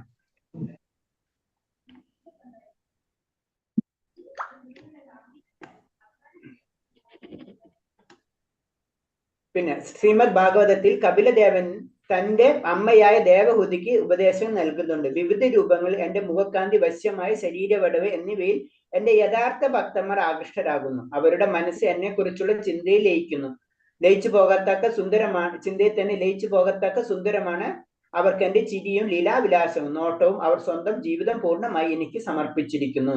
അപ്പൊ കപിലദേവൻ ആർക്ക്? ദേവഹൂതിക്ക് പറഞ്ഞു കൊടുക്കാണ്, എന്നെ മനസ്സിലാക്കിയവർക്ക്, എന്നെ കണ്ടവർക്ക് പിന്നെ അവർ എന്റെ കയ്യിൽ നിന്ന് പോകില്ല. അതാണ് പറയുന്നത്. എന്റെ മുഖക്കാന്തി, ആ ശരീരവടിവ്, അതേപോലെ ഭഗവാന്റെ രൂപം, ഇതൊക്കെ എന്താണ്? എല്ലാവരെയും ആകർഷിക്കും. അപ്പൊ ശരിക്കും ഭഗവാനെ മനസ്സിലാക്കിയിട്ടുള്ള വ്യക്തി, അതിൽ ഭക്തിയിലേക്ക് കടന്ന വ്യക്തി പിന്നെ താന്നു പോകില്ല. അതാണ് മനസ്സിലാക്കേണ്ടത്. ഭഗവാന്റെ പിന്നെ രൂപവും ലീലവിലാസങ്ങളും അത് അനുഭവിച്ചവര് പിന്നെ ഒരിക്കലും താഴില്ല. ഭക്തന്മാർക്ക് വീഴ്ച ഉണ്ടാവില്ല എന്ന് പറഞ്ഞതിന്റെ കാര്യമാണ്. ഭഗവാന്റെ സൗന്ദര്യം, ഭഗവാന്റെ ലീലകൾ അത് ആസ്വദിക്കുന്ന ഒരവസ്ഥയിലേക്ക് നമ്മൾ എത്തിക്കഴിഞ്ഞാൽ പിന്നെ നമ്മൾ താഴേക്ക് വീഴില്ല. ഇങ്ങനെയുള്ളവർ ഭൗതിക സുഖങ്ങളോ മോശമോ ആഗ്രഹിക്കുന്നില്ലെങ്കിൽ പോലും അവർക്ക് എന്റെ ധാമത്തിൽ, എന്റെ ചങ്ങാതികളുടെ കൂട്ടത്തിൽ ഞാൻ സ്ഥാനം നൽകുന്നു. അപ്പൊ ഇങ്ങനെ ആ പരിപൂർണ ഭക്തിയിൽ എത്തിയവർക്ക് പിന്നെ ഭൗതിക സുഖമോ മോശമോ ഇതൊന്നും അവർക്ക് ചിന്തയല്ല. നമ്മൾ പറഞ്ഞിട്ടുണ്ടോ ഗോപികന്മാരെ കഥ. അപ്പൊ അവരെന്താണ്? അവർക്ക് അങ്ങനെയുള്ള വ്യക്തികൾക്കാണ് ഭഗവാന്റെ ചങ്ങാതിയുടെ കൂട്ടത്തിൽ ഏർപ്പെടുത്തുന്നത്. ഭഗവാൻ അവർക്ക് ഒരേ സ്ഥാനങ്ങളും നൽകുന്നത്. ഉദ്ധവൻ ശ്രീകൃഷ്ണനോട് പറയുന്ന സമാനമായ മറ്റൊരു സന്ദർഭം ഇതേ ഗ്രന്ഥത്തിലുണ്ട്. പ്രഭു, ഭക്തിയുമായി അങ്ങയുടെ സേവനത്തിൽ മതാനുഷ്ഠാനം, സാമ്പത്തിക ലാഭം, ഇന്ദ്രിയ സമൃദ്ധി, മുക്തി ഇവയെല്ലാം നിന്ന് വിശേഷ വിദ്യയെ ഒന്നും ആഗ്രഹിക്കില്ല, കിട്ടാനുമില്ല. അപ്പൊ ഉദ്ധവർ ശ്രീകൃഷ്ണനോട് പറയാണ് സെയിം തന്നെ. ഈ പറഞ്ഞവയിൽ നിന്നൊക്കെയുള്ള സുഖം അവരെ സംബന്ധിച്ചുകൊണ്ട് ക്ഷിപ്രലഭ്യമാണെങ്കിൽ പോലും അങ്ങയുടെ പാദങ്ങളിലുള്ള വിശ്വാസവും ഭക്തിയും അചഞ്ചലമായി നിൽക്കണമെന്ന് മാത്രമാണ് എന്റെ പ്രാർത്ഥന. അപ്പൊ ഒരു പരിശുദ്ധ ഭക്തന് ഈ മുക്തിയും ഭുക്തിയും ഒക്കെ കിട്ടും. കാരണം എല്ലാ ഐശ്വര്യങ്ങളും ആ വ്യക്തിക്ക് കിട്ടും. പക്ഷെ ഇതൊന്നും അവര് ആഗ്രഹിക്കുന്നേ ഇല്ല. ഈ പറഞ്ഞതിൽ നിന്നുള്ള സുഖം അവരെ സംബന്ധിച്ച് ക്ഷിപ്രലഭ്യമാണ്, പെട്ടെന്ന് കിട്ടവർക്കൊക്കെ. ഭഗവാൻ കാരണം എന്ന് വെച്ചാൽ നമുക്കറിയാം ഭഗവാന്റെ കൂടെ എപ്പോഴും ലക്ഷ്മി ദേവി ഉണ്ട്. അപ്പൊ ഭഗവാൻ വന്നു കഴിഞ്ഞാൽ ലക്ഷ്മി ഐശ്വര്യം ഓട്ടോമാറ്റിക് കിട്ടും. അപ്പൊ അതല്ല ചിന്തിക്കുന്നത്. അതാണ് ഭഗവാനെ പ്രാർത്ഥിച്ചു കഴിഞ്ഞാൽ ഭഗവാൻ അദ്ദേഹം പറഞ്ഞിട്ടുണ്ട് അല്ലെ. കാരണം നമുക്കറിയാവുന്നതാണ് ലക്ഷ്മി ദേവി ആദ്യം തന്നെ നമുക്ക് പല കാര്യങ്ങളും കിട്ടിത്തരും, എന്നാലും ഭഗവാനെ തരില്ല. അതൊക്കെ ഓട്ടോമാറ്റിക് ആയിട്ട് നമുക്ക് ലഭിക്കുന്നു പറയുന്നത്. പക്ഷെ എന്താണ്? അത് തന്നെ ആഗ്രഹിക്കാത്തവരാണ് പരിശുദ്ധ ഭക്തന്മാരെന്ന് പറയുന്നത്. അവർക്ക് എന്താണ് എപ്പോഴും ആഗ്രഹം എന്നാണ് ഭഗവാനിലുള്ള അചഞ്ചലമായിട്ടുള്ള ഭക്തി നിലനിൽക്കണമേ എന്ന് മാത്രം പ്രാർത്ഥിക്കും. അതാണ് നമ്മളെപ്പോഴും ക്ഷേത്രങ്ങളിൽ പോകുമ്പോഴും നമ്മൾ കൂടുതലൊന്നും ആഗ്രഹിക്കണം, നമ്മളൊന്നും പറയണ്ട, ഭഗവാനെ ഭക്തി തരാം. അല്ലെങ്കിൽ ഏത് ക്ഷേത്രം ഏത് ദേവന്മാരെ ആരാധിക്കുമ്പോഴും ഭഗവാനോട് പ്രാർത്ഥിക്കാനുള്ള ഏത് ദേവനെ പ്രാർത്ഥിക്കേണ്ട അവസരം വന്നാലും നമുക്ക് പ്രാർത്ഥിക്കാന്നുള്ളതെന്നുണ്ട് ഭഗവാന് ഭക്തി തരണമേ എന്ന്, ഭക്തിയുടെ തടസ്സങ്ങൾ മാറ്റി തരണമേ എന്ന് പറഞ്ഞു. ഭക്തി കിട്ടിയാൽ എല്ലാതും കിട്ടി. നമ്മൾ ഇത്രയും സിമ്പിൾ ഒരു കാര്യം മാത്രം ആലോചിച്ചാൽ മതി. അർജുനൻ ശ്രീകൃഷ്ണൻ എടുത്ത പോലെ തന്നെ ഭഗവാനെ കിട്ടി, ബാക്കി എല്ലാ പ്രശ്നം കഴിഞ്ഞു. അത് തന്നെയാണ് നമ്മൾ ചെയ്യേണ്ടത്. അങ്ങനെ ഇരിക്കെ ഏറിപ്പോയാൽ സ്വർഗീയ ലോകങ്ങളിലേക്ക് ഉയർത്തപ്പെടാം. മാത്രമല്ല സാധുക്കളുടെ കാമ്യകർമ്മം എങ്ങനെയാണ് അങ്ങയുടെ മനസ്സിലാക്കാൻ ആകുക. അവരുടെ ആനന്ദം ഇങ്ങനെയാണ് ശുദ്ധ ഭക്തന്മാർ അനുഭവിക്കുന്ന ആനന്ദത്തിന് സമാനമാകുക. അപ്പൊ ഇത് തന്നെയാണ് പറയുന്നത്. കാരണം കുറെ കാര്യങ്ങള് നമുക്ക് കാമ്യകർമ്മങ്ങള്, ധർമ്മങ്ങള്, അനുഷ്ഠാനങ്ങള്, അതേപോലെ തന്നെ തപസ്സുകൾ, ഇതൊക്കെ ചെയ്യുമ്പോൾ ഉയർന്ന പുണ്യങ്ങളൊക്കെ ചെയ്യുമ്പോൾ ഉയർന്ന ലോകങ്ങളൊക്കെ കിട്ടും. അതിൽ കുറെ ആസ്വാദന സന്തോഷങ്ങളൊക്കെ ഉണ്ട്. പക്ഷെ അത് ഒരിക്കലും ഇത് ശുദ്ധ ഭക്തന്മാർ അനുഭവിക്കുന്നതിന് സമാനമാവില്ല. നമ്മളത് പറഞ്ഞിട്ടുണ്ട്. കാരണം ബ്രഹ്മാനന്ദവും ഭഗവാന്റെ പ്രേമവും ഭൗതിക സുഖവും ഇത് 3 തലത്തിലാണ്. അപ്പൊ ഫസ്റ്റുള്ള ഭൗതിക സുഖം എന്ന് പറഞ്ഞത് ഏറ്റവും താഴെ, അതിനേലും കൂടുതലാണ് പരമാനന്ദം എന്ന് പറഞ്ഞത്. ബ്രഹ്മത്തിൽ ലയിക്കുമ്പോഴുള്ള ആ ആനന്ദം, അത് കഴിഞ്ഞിട്ട് കൃഷ്ണപ്രേമം. ഇത് മൂന്നും ഒന്നാണെങ്കിൽ ഒന്ന് നമുക്ക് പറയാം 10,000, മറ്റേത് 1 കോടി. അത്ര വേരിയേഷൻ, അത്ര കമ്പയർ തന്നെ ചെയ്യാൻ പറ്റില്ല എന്ന് പറഞ്ഞു. ഏത് ഭഗവത് കൃഷ്ണപ്രേമം, ആ ആനന്ദം എല്ലാവരും അന്വേഷിക്കുന്നത് എന്താണ്? ആ പ്രേമം തന്നെയാണ്, ആനന്ദം തന്നെയാണ്. ആ ആനന്ദം കൃഷ്ണപ്രേമത്തിന് കിട്ടിക്കഴിഞ്ഞാല് അത് വേറെ ഒന്നിനും സമമായിരിക്കില്ല എന്നാ പറയുന്നത്. ഹരേ കൃഷ്ണ. ഇത്രയും പറഞ്ഞാൽ എന്തെങ്കിലും സംശയം ഉണ്ടോ? ഹരേ കൃഷ്ണ. അപ്പൊ പറഞ്ഞത് ഇത്ര ഉള്ളതില് 4 തരം ആരാണ് സുഹൃതികളുണ്ട്. ആ സുഹൃതിയിൽ തന്നെ ഏറ്റവും ഉയർന്നവരാണ് ജ്ഞാനി. അപ്പൊ ജ്ഞാനിയുടെ തലത്തിൽ എത്തുമ്പോഴാണ് പരിപൂർണമായിട്ടുള്ള നമുക്ക് ഭക്തി ലഭിക്കുള്ളൂ. അതിനും കുറച്ച് താഴെയാണ് ജിജ്ഞാസ എന്ന് പറഞ്ഞു തരാണ്. പിന്നെ പറയണത് നമ്മൾ ഭൗതികത പരിപൂർണമായി വിട്ടു കഴിഞ്ഞാലേ നമുക്ക് ആത്മീയത ഭക്തി നമുക്ക് ലഭിക്കുള്ളൂ. ഭൗതികത വിടാതെ, അപ്പൊ ഭൗതികത വിടാൻ വേണ്ടിയിട്ടുള്ള കാര്യങ്ങളാണ് നമ്മൾ ഇതെല്ലാം ചെയ്തുകൊണ്ടിരിക്കുന്നത്. എന്നാലേ പരിപൂർണമായ ഭക്തി, അല്ലെങ്കിൽ നമുക്ക് മുക്തി ഭക്തി. അപ്പൊ ഭുക്തി വിടണം, മുക്തി വിടണം, ഭക്തി വിടണം. അപ്പൊ ഭക്തന്മാർക്ക് ഇത് രണ്ടും ഓട്ടോമാറ്റിക് ആയിട്ട് കിട്ടിയിരിക്കും. ഭുക്തിയും കിട്ടും, മുക്തിയും കിട്ടും. പക്ഷെ അവർക്ക് അതിനെപ്പറ്റി ചിന്തയില്ല. അവർക്ക് ഇഷ്ടം എപ്പോഴും ഭഗവത് സേവനം, ഭഗവാന്റെ പ്രേമം മാത്രമായിരിക്കും അവർക്ക് ഇഷ്ടം എന്ന് പറയാണ്. അപ്പൊ അതിനു വേണ്ടിയാണ് നമ്മൾ പ്രവർത്തിക്കേണ്ടത് എന്ന് പറയാണ്. ഓക്കെ രേഷ്ണ.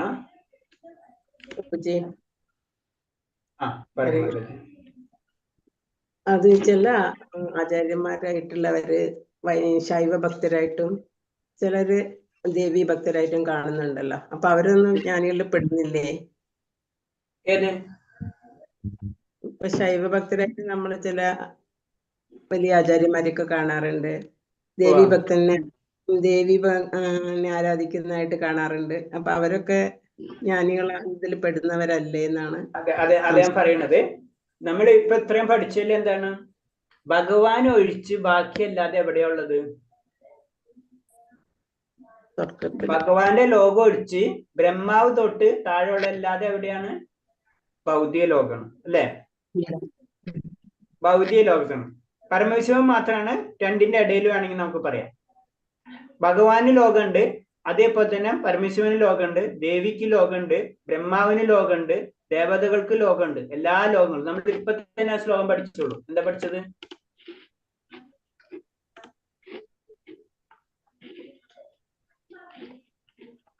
അതായത് ദേവന്മാരെ ആരാധിക്കുന്നവർ ദേവന്മാരെ ലോകത്ത് പോകും അല്ലെ? നമ്മളിപ്പോ തന്നെ പറഞ്ഞല്ലേ ഏത് ദേവന്? അപ്പൊ ദേവിനെ ആരാധിച്ചു കഴിഞ്ഞാൽ ദേവിയുടെ ലോകത്ത് പോകും. പരമശിവനെ ആരാധിച്ച് പരമശിവന്റെ ലോകത്ത് പോകും. അഗ്നിദേവനെ ആരാധിച്ച് അഗ്നിയുടെ ലോകത്ത് പോകും. സൂര്യദേവനെ ആരാധിച്ച് സൂര്യന്റെ ലോകത്ത് പോകും. അവര് ഞാൻ അതാണ്. മനസ്സിലായില്ലേ? അവരെ ജ്ഞാനം അതാണ്. ആ ജ്ഞാനത്തിലെ ഏറ്റവും ഉയർന്ന തലത്തിൽ അവരെത്തും. ഇപ്പൊ അഗ്നിദേവനെ അഗ്നിനെ ആരാധിക്കുന്നവരുണ്ട് ഇല്ലേ? അഗ്നിനെ ആരാധിക്കുന്നവരുണ്ട്, അഗ്നി മാത്രം ആരാധിക്കുന്നവരുണ്ട്. അപ്പൊ അഗ്നിനെ മാത്രം ആരാധിക്കുന്നവർ അഗ്നി ഭഗവാന്റെ ലോകത്ത് പോകുന്നു. അപ്പൊ അവരെ ജ്ഞാനം അവിടം വരെ ഉള്ളൂ. പരിപൂർണ ജ്ഞാനം നമ്മള് ഈ ഉപനിഷത്തൊക്കെ പഠിച്ചല്ലേ? അപ്പൊ അതിൽ ക്ലിയർ ആയിട്ട് എഴുതിയിട്ടുണ്ട് അല്ലേ? അല്ലെ എഴുതിച്ചോടെ എന്തിട്ടാണ് അതിന്റെ 2-3 ശ്ലോകങ്ങളൊക്കെ അത് തന്നെയാണ് പറഞ്ഞുകൊണ്ടിരിക്കുന്നത്. നമ്മൾ പഠിച്ചില്ല. സംഭൂത അസംഭൂതം ഒക്കെ അതിലല്ലേ വരുന്നത്. വിദ്യ നമ്മൾ പഠിച്ചില്ല. മാതാജി പഠിച്ചിട്ടില്ല. മാതാജി പഠിച്ചിട്ടുണ്ട്. അതില് നമ്മൾ പഠിക്കുന്നത് എന്താണ്? അതിന് ഇത് കഴിഞ്ഞിട്ട് ഇത് എടുക്കണം. ഇതിന്റെ ഒരു കാര്യം വിദ്യ വിദ്യ സംഭൂത അസംഭൂത എന്നൊക്കെ പറഞ്ഞ് പഠിക്കണില്ലേ?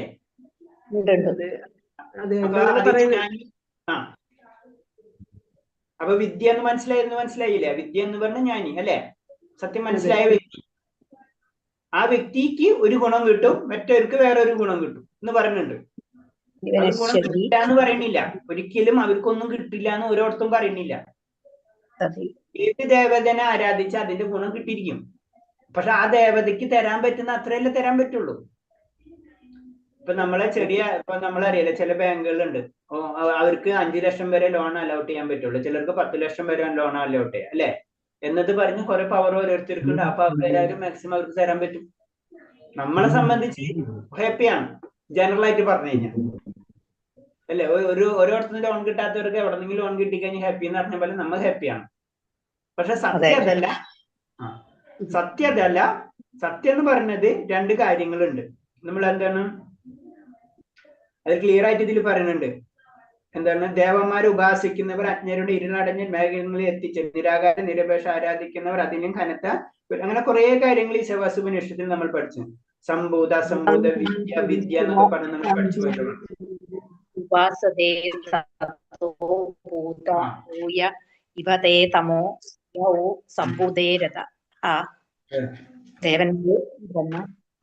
ആരാധിച്ചവർ ഇപ്പൊ ക്ലിയർ ആയില്ലേ മാതാജി? ക്ലിയറായി. അതായത് അവരെ തെറ്റുന്നല്ല പറയണത്, അവരെ ഞാൻ അവിടെയും വരെയാണ്, അവരെ അവിടെയും വരെ എത്തും. ഇപ്പൊ നമ്മൾ 10th 12th എന്നൊക്കെ പറഞ്ഞ പോലെ തന്നെ ഏതാ ജ്ഞാനം അതിനനുസരിച്ച് ജോലിയും കിട്ടും, അതിനനുസരിച്ച് നമ്മുടെ ജീവിതം സെറ്റ് ആവും. ഓക്കെ, ഹരേ കൃഷ്ണ. വേറെ എന്തെങ്കിലും ഉണ്ടാ?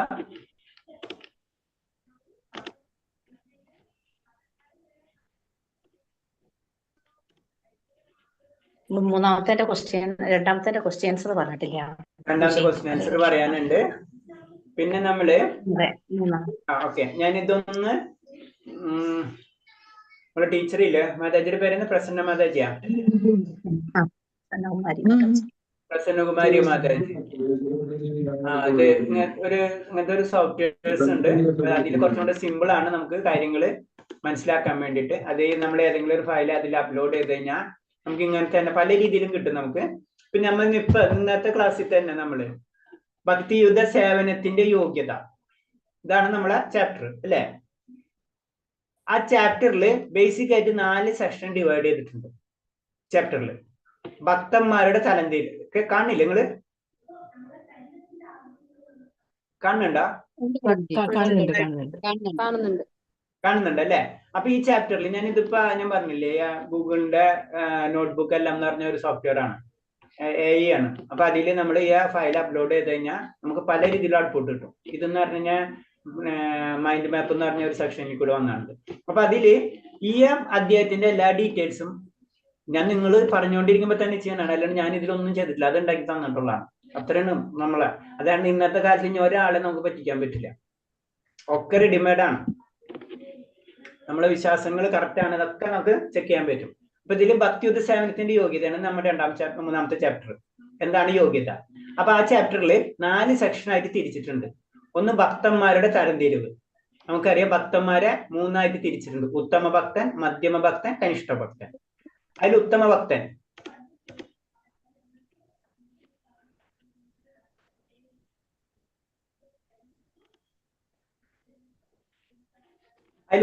എന്ന് പറയുമ്പോൾ ശാസ്ത്രങ്ങളിൽ നിപുണനായിരിക്കും, യുക്തിപൂർവമായ വിശകലനം ഉണ്ടായിരിക്കും, അചഞ്ചലമായ വിശ്വാസം ഉണ്ടായിരിക്കും, ഗുരുശിക്ഷണം ലഭിച്ചവരെ ആര്? ഉത്തമ ഭക്തർ. ഇത് ഞാൻ ഇപ്പൊ ആരുണ്ടാക്കിയ സ്ലൈഡ് അല്ല, ഇത് ജനറേറ്റ് ചെയ്ത് വന്ന സ്ലൈഡാണ്. അതാണ് ഇപ്പോഴത്തെ ടെക്നോളജി. പിന്നെ മധ്യമ ഭക്തൻ, മധ്യമ ഭക്തന്മാർ ദൃഢവിശ്വാസമുള്ളവൻ, ശാസ്ത്രീയവാദകത്തിൽ അല്പം പിന്നിൽ, ലക്ഷ്യബോധമുള്ളവൻ. ശാസ്ത്രീയം ഞാൻ പറഞ്ഞില്ലേ, ശാസ്ത്രീയമായിട്ട് അറിവ് കുറവായിരിക്കും അവർക്ക് മധ്യമ ഭക്തർ. പക്ഷെ ഉത്തമ ഭക്തർക്കോ അത് കംപ്ലീറ്റ് ഉണ്ടാവും. ശാസ്ത്രജ്ഞ നിപുണനായിരിക്കും, യുക്തിപൂർവമായ വിശകലനം ഉണ്ടാവും, അചഞ്ചലമായ വിശ്വാസം, ഗുരു ശിഷ്യം ലഭിച്ചവരായിരിക്കും ഉത്തമ ഭക്തർ. പിന്നെ കനിഷ്ക ഭക്തർ നമ്മളെ പോലുള്ളവർ, അവർക്ക് എന്താണ് ദുർബലമായിട്ടുള്ള വിശ്വാസം. നമ്മുടെ വിശ്വാസം എപ്പോഴും അങ്ങോട്ടും ഇങ്ങോട്ടും വീഴാം. ഇതിൽ തന്നെ വരുന്നതാണ് ഈ സെക്ഷനിൽ തന്നെ വരുന്നതാണ്, കനിഷ്ക ലെവലിൽ തന്നെ വരുന്നതാണ് ഈ 4 വിഭാഗങ്ങൾ നമ്മൾ ഈ പറഞ്ഞിട്ടുള്ളത്. ഏതൊക്കെയാണ്? അതെ, ദുഃഖം, അതേപോലെ തന്നെ ധനം, പിന്നെ ജിജ്ഞാസുകള്, ജ്ഞാനികള് അത് അപ്പൊ ഇത് എന്താണ്? ആദ്യത്തെ ലെവലിൽ പറയുമ്പോ ഭക്തന്മാരെ യോഗ്യത എന്ന് പറയുമ്പോ, ഭക്തിയുദ്ധ സേവനത്തിന്റെ യോഗ്യത എന്ന് പറയുമ്പോ എല്ലാവരും ഭക്തന്മാരല്ല, ഭക്തന്മാരെ തന്നെ 4ആയിട്ട് തിരിച്ചിരിക്കുകയാണ്, 4 അല്ല 3ആയിട്ട് തിരിച്ചിരിക്കുകയാണ്. അതില് ആദ്യത്തേതെന്ന് പറഞ്ഞത് ഉത്തമ ഭക്തരാണ്. ആ ഉത്തമ ഭക്തന്മാരെ ഗുണങ്ങളാണ് പറയുന്നത്. ഇതാണ് ശരിക്കും ഒറിജിനൽ ഭക്തൻ എന്ന് പറയുന്നത്. ശാസ്ത്ര നിപുണനായിരിക്കും, യുക്തിപൂർവമായ വിശകലനം, അചഞ്ചലമായ വിശ്വാസം, ഗുരു ശിഷ്യ ലഭിച്ചവർ. പിന്നെ മധ്യമ ഭക്തർ, അവർക്ക് എന്താണ് ദൃഢവിശ്വാസമൊക്കെ ഉണ്ടായിരിക്കും, പക്ഷെ എന്താണ് ശാസ്ത്രീയ വാദഗതികളിൽ അല്പം പിന്നിലായിരിക്കും. അതായത് ശാസ്ത്രത്തിന്റെ കാര്യങ്ങളിൽ പിന്നിലായിരിക്കും, പക്ഷെ അവർക്ക് ലക്ഷ്യബോധം ഉണ്ട്. ഭഗവാൻ എന്നാണ് പരമദീപോത്തം പുരുഷൻ എന്ന് അവർക്കറിയാം, അപ്പൊ അവർക്ക് ലക്ഷ്യബോധം ഉണ്ടാവും. പിന്നെ കനിഷ്ക ഭക്തന്മാര് നമ്മളെ പോലുള്ളവര്, അവരെന്താണ് ദുർബലമായിട്ടുള്ള വിശ്വാസമായിരിക്കും. എപ്പോഴും നമ്മൾ വീഴ്ചകൾ വരാം. ആ സമയത്ത് അതിന് നമ്മൾ കൂടുതൽ ശ്രദ്ധിക്കുക എന്ന് പറയും. നമ്മൾ നിരീശ്വരവാദികളുടെ ക്ലാസ്സിലൊന്നും കേൾക്കാൻ പോകരുത്. 4 വിഭാഗങ്ങൾ ഇതിൽ തന്നെ വരുന്നതാണ്, കനിഷ്ക ലെവലിൽ തന്നെ വരുന്നതാണ് ഇതൊക്കെ എല്ലാതും. കാരണം എന്താണ്, നമ്മൾ അങ്ങോട്ടും ഇങ്ങോട്ടും വീണു പോകാനുള്ള സാധ്യതയുള്ള സമയം.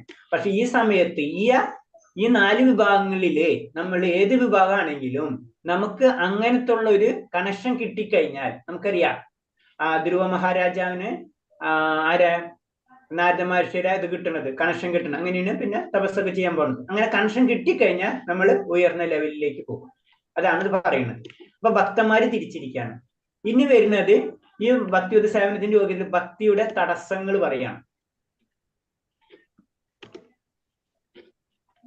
ഭക്തിയുടെ തടസ്സങ്ങൾ, ഭക്തിക്ക് വരുമ്പോ തടസ്സങ്ങൾ എന്തൊക്കെയാണ് നമ്മളെ? അതിലാണ് ഭൗതിക സുഖം, അതിന്റെ പിറകെ പോകാൻ നോക്കുന്നത്. പിന്നെ മുക്തി, നമ്മൾ പറഞ്ഞില്ലേ, മോക്ഷം, ലയനം, ഇതൊക്കെയാണ് മുക്തിയിൽ വരുന്നത്. പിന്നെ ഇന്ദ്രിയ സംതൃപ്തി, അതിൻ്റെ ആയിട്ടായിട്ട് ഇത് തന്നെ മുക്തി തന്നെ. പിന്നെ മായാജാലാസക്തി, അതെന്താണ്? അത് മുക്തി തന്നെ, മുക്തി. ഇതോ ഇന്ദ്രിയ എന്ന് പറഞ്ഞു കഴിഞ്ഞാൽ മുക്തി എന്ന് പറഞ്ഞു കഴിഞ്ഞാൽ മായാജാലം.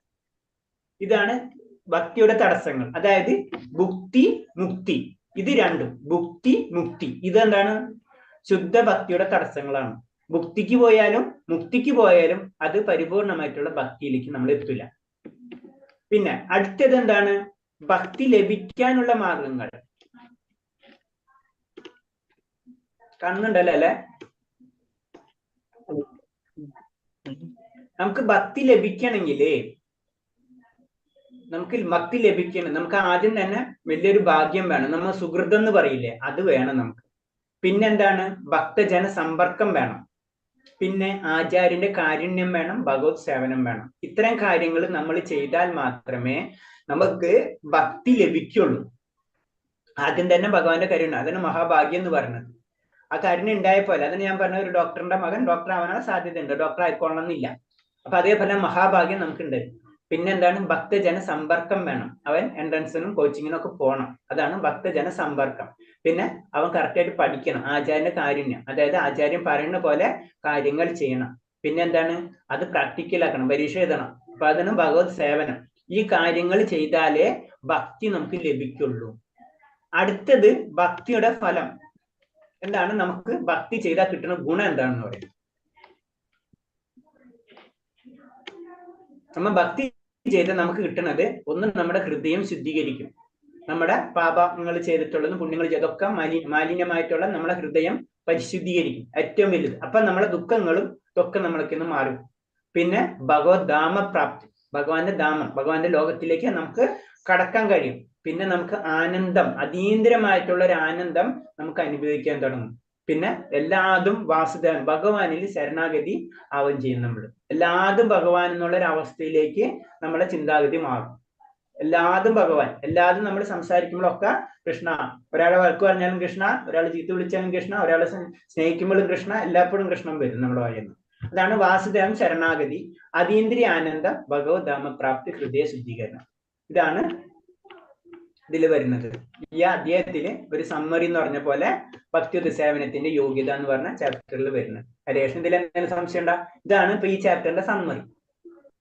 നമുക്ക് ഈ സോഫ്റ്റ്വെയറിൽ ആ സ്ലൈഡ് ഇട്ട് ഏതെങ്കിലും ചാപ്റ്റർ ഇട്ട് കഴിഞ്ഞാൽ അത് സമ്മറൈസ് ചെയ്ത് നമുക്ക് തരും.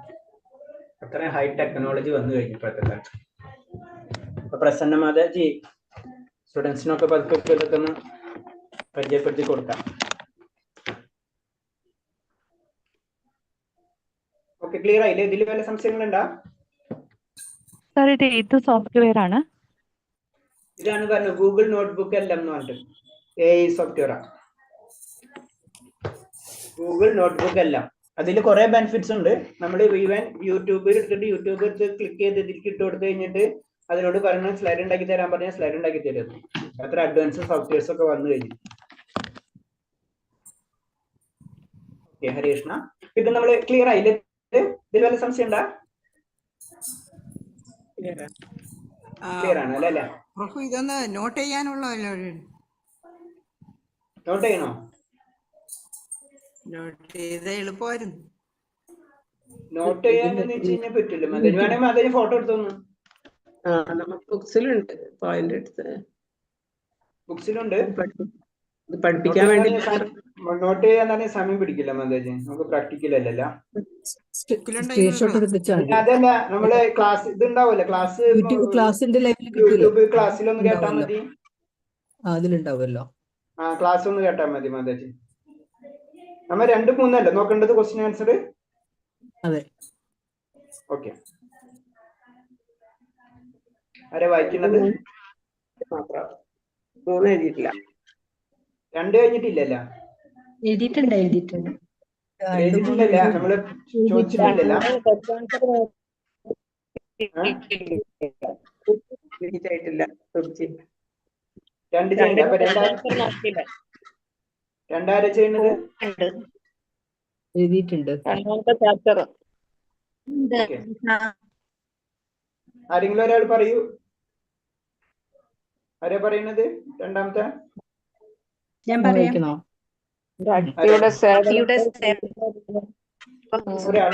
ആരാദ്യം പറഞ്ഞത്? ഭക്തിയുടെ സേവനത്തെ ശ്രീല രൂപ ഗോസ്വാമി 3ആയി തരംതിരിച്ചിരിക്കുന്നത് എങ്ങനെ? പറഞ്ഞ ആൻസറും പറ. ആൻസർ 1 അനുഷ്ഠാനം, 2 പരമാനന്ദം, 3 ഭഗവാനോടുള്ള പരിശുദ്ധ പ്രേമം. ഓക്കെ ഹരീഷ്ണ. അടുത്തത് അനുഷ്ഠാനം എന്നതുകൊണ്ട് എന്താണ് അർത്ഥമാക്കുന്നത്? മനസ്സും ഇന്ദ്രിയങ്ങളും ഭക്തിയുത സേവനത്തിൽ പ്രതിഷ്ഠിക്കുക. മനസ്സേന്ദ്രിയങ്ങളും ഭക്തിയുത സേവനത്തിൽ പ്രതിഷ്ഠിക്കുക. ഓക്കെ, അടുത്തത് അനുഷ്ഠാനം എന്നത് കൃത്രിമമായി എന്തെങ്കിലും നിർമ്മിച്ചെടുക്കാൻ ഉദ്ദേശിച്ചു കൊണ്ടുള്ളതല്ല എന്നതിന് നൽകിയിരിക്കുന്ന ഉദാഹരണം. ഒരു ശിശു നടക്കാൻ പഠിക്കുന്നത് പോലെ. ഒരു ശിശു നടക്കാൻ പഠിക്കുന്നത് പോലെ. ഓക്കെ ഹരീഷ്ണ, ശരി. വല്ല വ്യത്യാസം ഉണ്ടെങ്കിൽ പറയട്ടെ. ആരെങ്കിലും എഴുതിയത്? രണ്ടാമത്തെ എന്താ പറഞ്ഞത്? അനുഷ്ഠാനം. അനുഷ്ഠാനം എന്ന് പറഞ്ഞത് മനസ്സും ഇന്ദ്രിയങ്ങളും ഭക്തിയുടെ സേവനത്തിൽ പ്രതിഷ്ഠിക്കുക. ഭക്തിയുത സേവനത്തിൽ പ്രതിഷ്ഠിക്കുക. എഴുതിയാ മതി. അത്ര എഴുതിയാൽ മതി, ഷോർട്ട് എഴുതിയാൽ മതി, അല്ലെ നമുക്ക് ഓർമ്മ വരില്ല. എഴുതിയിട്ടുള്ളത് ഇങ്ങനെയാണ് പ്രഭുജി. നമ്മുടെ സംവേദന ഇന്ദ്രിയങ്ങളെയെല്ലാം കൃഷ്ണാവബോധത്തിന് വേണ്ടി ഉപയോഗിക്കുക, കൃഷ്ണ സേവനത്തിന് വേണ്ടി ഉപയോഗിക്കുക. ഒന്നാമത്തതൊന്നും കൂടെ പറയാം. അനുഷ്ഠാനം, പരമാനന്ദം, പ്രേമഭക്തി, കൃഷ്ണപ്രേമം. രണ്ടാമത്തെ ഒന്നും കൂടെ പറയോ? രണ്ടാമത്തേത് മനസ്സും ഇന്ദ്രിയങ്ങളും ഭഗവാന് വേണ്ടി അർപ്പിക്കുക. ഇത് എങ്ങനത്തെ ഇതന്നെ പോരെ പ്രഭുജി? ഇങ്ങനെ എഴുതിയാ പോരെ? സംവേദന ഇന്ദ്രിയങ്ങളെയെല്ലാം കൃഷ്ണ സേവനത്തിന് വേണ്ടി ഉപയോഗിക്കുക എന്നുള്ള അത് എഴുതിയാൽ മതി. മനസ്സും കൊണ്ട് എഴുതിക്കോ. മനസ്സും ഇന്ദ്രിയങ്ങളും. ഇന്ദ്രിയങ്ങൾ എന്ന് പറയുമ്പോ ശരിക്കും വരുമ്പോ എല്ലാതും വരും. എന്നാലും സാധാരണ രീതിയിൽ നമ്മൾ ഈ മനസ്സും കൊണ്ടും പറയാം.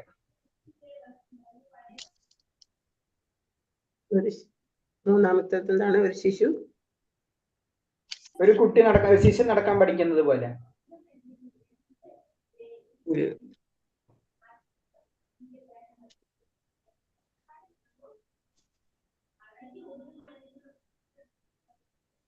അടുത്തത് വായിച്ചോളൂ. നമ്മൾ കുറച്ച് വിവരിച്ച് എഴുതുന്നതാണ്. വിവരിച്ചെന്ത് എഴുതിയത് മാതാജി? അതങ്ങനെ തന്നെ, മൂന്നാണ്. ഷോർട്ടായിട്ട് എഴുതിയാൽ മതി, വിവരിച്ചെഴുതണ്ട. കൂടുതലും നമ്മള് വിവരിച്ചെഴുതി കഴിഞ്ഞാൽ നമ്മൾ തന്നെ മറന്നു പോകും, കുറെ പഠിക്കേണ്ട പോലെ തോന്നുന്നു. ആദ്യം തന്നെ ശിശുരുണ്ട്.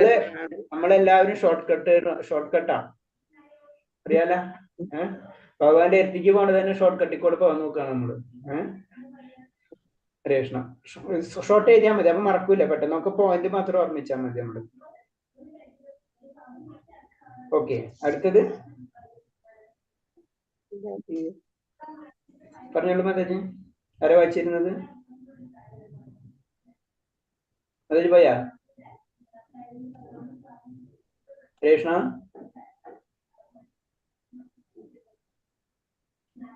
മാതാജി പോയിന്നുണ്ടല്ല. എല്ലാ ജീവാത്മാക്കളിലുമുള്ള അല്ല, അഞ്ചാമത്തേതല്ലേ? നാലാമത്തേത്. അതാരെ വായിക്കുന്നു? രത്നകുമാരി മാതാജി വായിക്കുന്നു. എല്ലാ ജീവജാലങ്ങളിലുമുള്ള അവബോധത്തിലെ മാലിന്യങ്ങൾ അകന്ന് ശുദ്ധമായി തീരുമ്പോൾ അതിനെ ഡാഷ് എന്ന് വിളിക്കുന്നു, കൃഷ്ണാബോധം എന്ന് വിളിക്കുന്നു. കൃഷ്ണാബോധം. ഓക്കെ, കൃഷ്ണാബോധം അല്ലെങ്കിൽ വിശുദ്ധ സത്വഗുണം എന്നും പറയാം. ഓക്കെ, കൃഷ്ണാബോധം എഴുതിയാൽ മതി, അത് മതി, കൂടുതൽ വേണ്ട. ഓക്കെ, അടുത്തത് സാധന ഭക്തി എന്നാൽ എന്താണ്? നമ്മുടെ ഉള്ളിൽ കുടികൊള്ളുന്ന ഭക്തിയുത സേവന ശേഷി വികസിപ്പിക്കാൻ നാം ആഗ്രഹിക്കുമ്പോൾ അതിന് ചില ക്രമങ്ങളും ചിട്ടകളും ഒക്കെ ആവശ്യമായി വരുന്നു. ആ രീതിയിൽ പ്രവർത്തിക്കുമ്പോൾ നമ്മിൽ ഉറങ്ങിക്കിടക്കുന്ന ശക്തി ഉണരാൻ സഹായകമാകുന്നു. ഈ അനുഷ്ഠാനമാണ് സാധനാ ഭക്തി. എഴുതുന്നോണ്ട് കുഴപ്പമൊന്നുമില്ല. കുറച്ചും കൂടെ ഷോർട്ടാക്കി, ഒന്നും കൂടെ ഷോർട്ടാക്കിയ മാതാജി.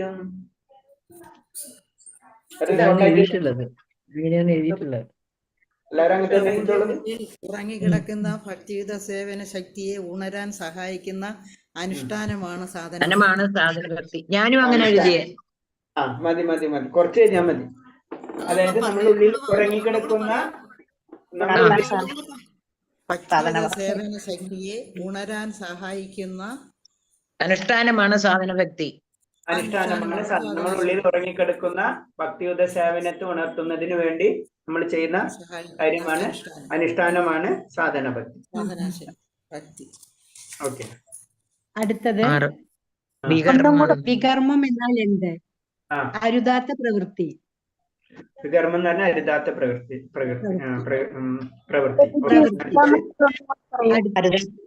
വികർമ്മം എന്ന് പറയുന്നു. അതായത് അരുതാത്ത എന്ന് പറയുമ്പോ ഒന്നും കുറച്ചും കൂടി വിശദമായിട്ട് എഴുതണേ. ഉത്തരം ഒന്നും കൂടെ ശാസ്ത്ര വിധികൾക്ക് നിങ്ങളുടെ എഴുതാം. ശാസ്ത്ര വിധികൾക്ക് എതിരായി പ്രവർത്തിക്കുന്നതിന്, അതിനാണ് വികർമ്മം എന്ന് പറയുന്നത്. അരുതാത്ത പ്രവൃത്തി.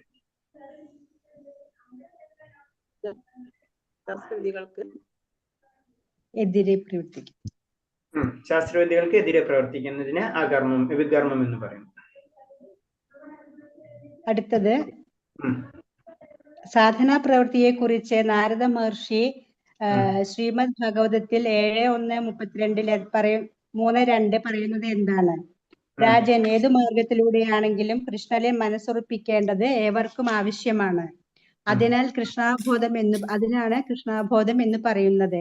മനസ്സ് കൃഷ്ണനിൽ കേന്ദ്രീകരിക്കുന്നതിനുള്ള മാർഗവും രീതികളും ശിഷ്യന് പറഞ്ഞു കൊടുക്കുക എന്നത് ആചാര്യന്റെ ആത്മീയ ഗുരുവിന്റെ കടമയാണ്.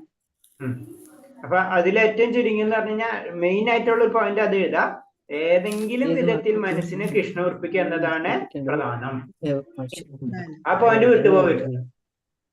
പിന്നെ നമുക്ക് വേണമെങ്കിൽ എഴുതാം ആചാര്യന്റെ നിർദ്ദേശം, ആചാര്യൻ അങ്ങനെ ചെയ്യണം എന്നൊക്കെ നമുക്ക് എഴുതാം. പക്ഷെ ഏറ്റവും ഇമ്പോർട്ടന്റ് ഏതെങ്കിലും ഏത് മാർഗത്തിലാണെങ്കിലും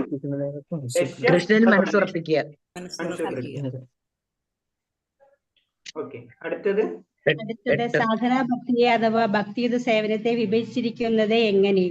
2 വിഭജിക്കാം. നൈഷ്ഠിക ഭക്തി, നൈസർഗിക ഭക്തി.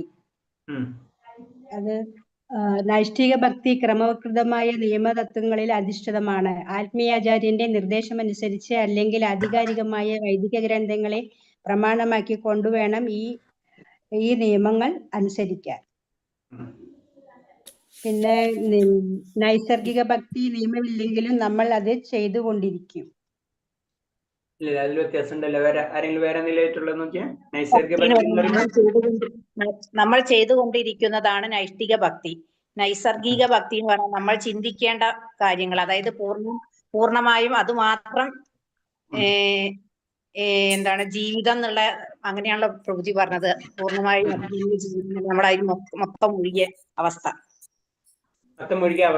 നൈസർഗിക ഭക്തി. പിന്നെ വേറെ ആരെങ്കിലും വേറെ എന്തെങ്കിലും എഴുതിയിട്ടുണ്ടോ? പ്രഭുജി എന്ന് പറഞ്ഞു ചുരുക്കി എഴുതിയവര് പറയട്ടെ ആദ്യം. ആരെങ്കിലും എഴുതിയിട്ടുണ്ടോ വേറെ രീതിയില്? ഇല്ല, ഉള്ളിലുള്ള ഭക്തി. പിന്നെ ആരെങ്കിലും എഴുതിയിട്ടുണ്ടോ? ഭക്തി രണ്ടായി വിഭജിച്ചിരിക്കുന്നു. നൈഷ്ഠിക ഭക്തി, നൈസർഗിക ഭക്തി. ക്രമവത്കൃതമായ നിയമതത്വങ്ങളിൽ അധിഷ്ഠിതമാണ് നൈഷ്ഠിക ഭക്തി. നിയമങ്ങൾ അനുസരിച്ചിട്ടുള്ള ഭക്തി ഭക്തി, നൈഷ്ഠിക ഭക്തി. പിന്നെ നൈസർഗികം എന്ന് പറഞ്ഞത് സ്വാഭാവികമായ അനുരാഗത്തോടുള്ള ഭക്തി. ഭക്തി അതിന് രാഗാനുഭക്തി എന്നും പറയുന്നു. സ്വാഭാവികമാണ്, അതിന് നമ്മൾ അഡീഷണൽ ചേർക്കണ്ട. മറ്റേതില് നമ്മള് ചെയ്യിപ്പിക്കണം. ഒന്നില് നിയമങ്ങൾ അനുസരിച്ച് നമ്മളിപ്പോ ചെയ്യുന്നത്, ഇപ്പൊ നമ്മൾ ചെയ്യുന്ന നിയമങ്ങൾ അനുസരിച്ച് ഇന്നത് ചെയ്യണം എന്ന് പറഞ്ഞിട്ട് നമ്മൾ പോയിക്കൊണ്ടിരിക്കും. നൈഷ്ഠികം. പിന്നെ നൈസർഗിയാണ്, നമുക്ക് പറയില്ലേ നൈസർഗികമായിട്ടുള്ള ഗുണങ്ങൾ എന്ന് പറയില്ലേ, നമ്മൾ ജന്മല്ലാതെ തന്നെയുള്ള ഗുണം എന്നുള്ള രീതിയിൽ. അതാണ് സ്വാഭാവികമായ അനുരാഗത്തോടുള്ള ഭക്തി. സ്വാഭാവികമാണത്, അതിന് സ്പെഷ്യൽ ട്രെയിനിങ്ങിന്റെ ആവശ്യമില്ല അവർക്ക്. സ്വാഭാവികമായ അനുരാഗത്തോടുള്ള ഭക്തി.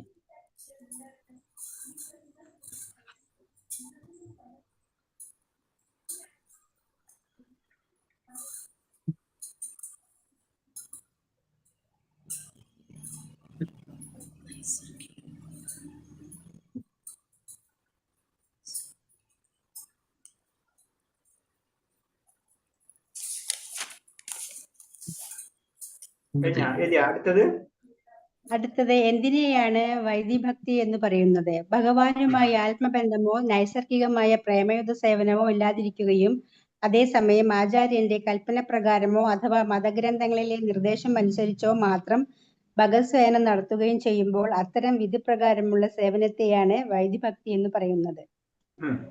അപ്പൊ അതില് 2 പോയിന്റ് ഉണ്ട്. അതില് ഒന്ന്, ഭഗവാനായിട്ട് സ്വാഭാവിക അനുരാഗം തോന്നില്ല. ഭഗവാൻ ഉണ്ടൊക്കെ ശരിയാണ്, പക്ഷെ നമ്മുടെ ഉള്ളിൽ നിന്ന് അത്ര വലിയ അനുരാഗം ഭഗവാനും ഉണ്ടാവില്ല. ആ സമയത്ത് ശാസ്ത്ര ഗ്രന്ഥങ്ങള് ഗുരുവിന്റെ ആജ്ഞ അനുസരിച്ച് നമ്മൾ കടമ എന്ന നിലയിൽ നമ്മൾ ഭക്തി പ്രാക്ടീസ് ചെയ്യണം. നമ്മളിപ്പോ ചെയ്യണം, അതാണ് വൈദിഭക്തി എന്ന്. ഒന്നെന്ന് പറഞ്ഞത് സ്വാഭാവികമായ അനുരാഗം ഭഗവാനോട് ഉണ്ടാവില്ല. അപ്പോൾ നമ്മൾ ശാസ്ത്രങ്ങളുടെയും ഗുരുവിന്റെയും നിർദ്ദേശം അനുസരിച്ച് കടമ എന്ന നിലയിൽ ചെയ്യുന്ന ഭക്തി വൈദിഭക്തി. നമ്മൾ ചെയ്യണം, നമ്മൾ സാധാരണ നമ്മളിപ്പോ ചെയ്യണതൊക്കെ അതാണ്. അനുഷ്ഠാനങ്ങൾ എന്നൊക്കെ പറയുന്നത് അതാ ശരിക്കും വൈദിഭക്തിയാണ്. നമ്മള് ഭഗവാനിൽ നമ്മൾ ശരിക്കും അങ്ങനെ ചെയ്ത് പതുക്കെ ഭഗവാനിലേക്ക് നമ്മൾ അടുക്കാണ് ചെയ്യുന്നത്. അതാണ് വൈദിഭക്തിയുടെ പ്രത്യേകത. അപ്പൊ അവിടെ ശാസ്ത്ര ഗ്രന്ഥങ്ങളും ഗുരുവിന്റെയും ആവശ്യമുണ്ട്. നൈഷ്ഠിക ഭക്തിയും ഇതുപോലെയല്ലേ? അതന്നെ, നൈഷ്ഠിക ഭക്തിയും അത് തന്നെയാണ്. നൈഷ്ഠികം എന്ന് പറയുമ്പോഴും അത് തന്നെയാണ്.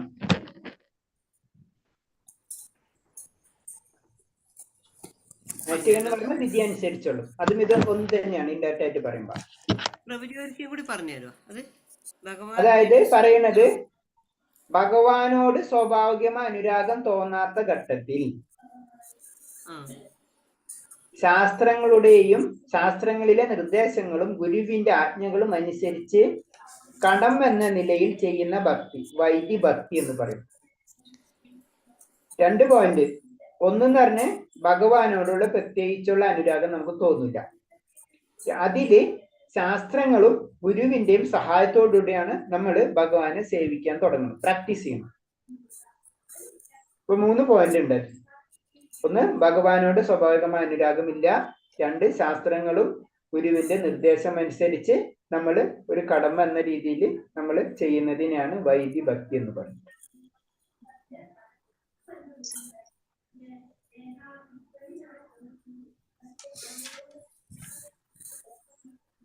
ഗുരുവിന്റെ നിർദ്ദേശം അനുസരിച്ചും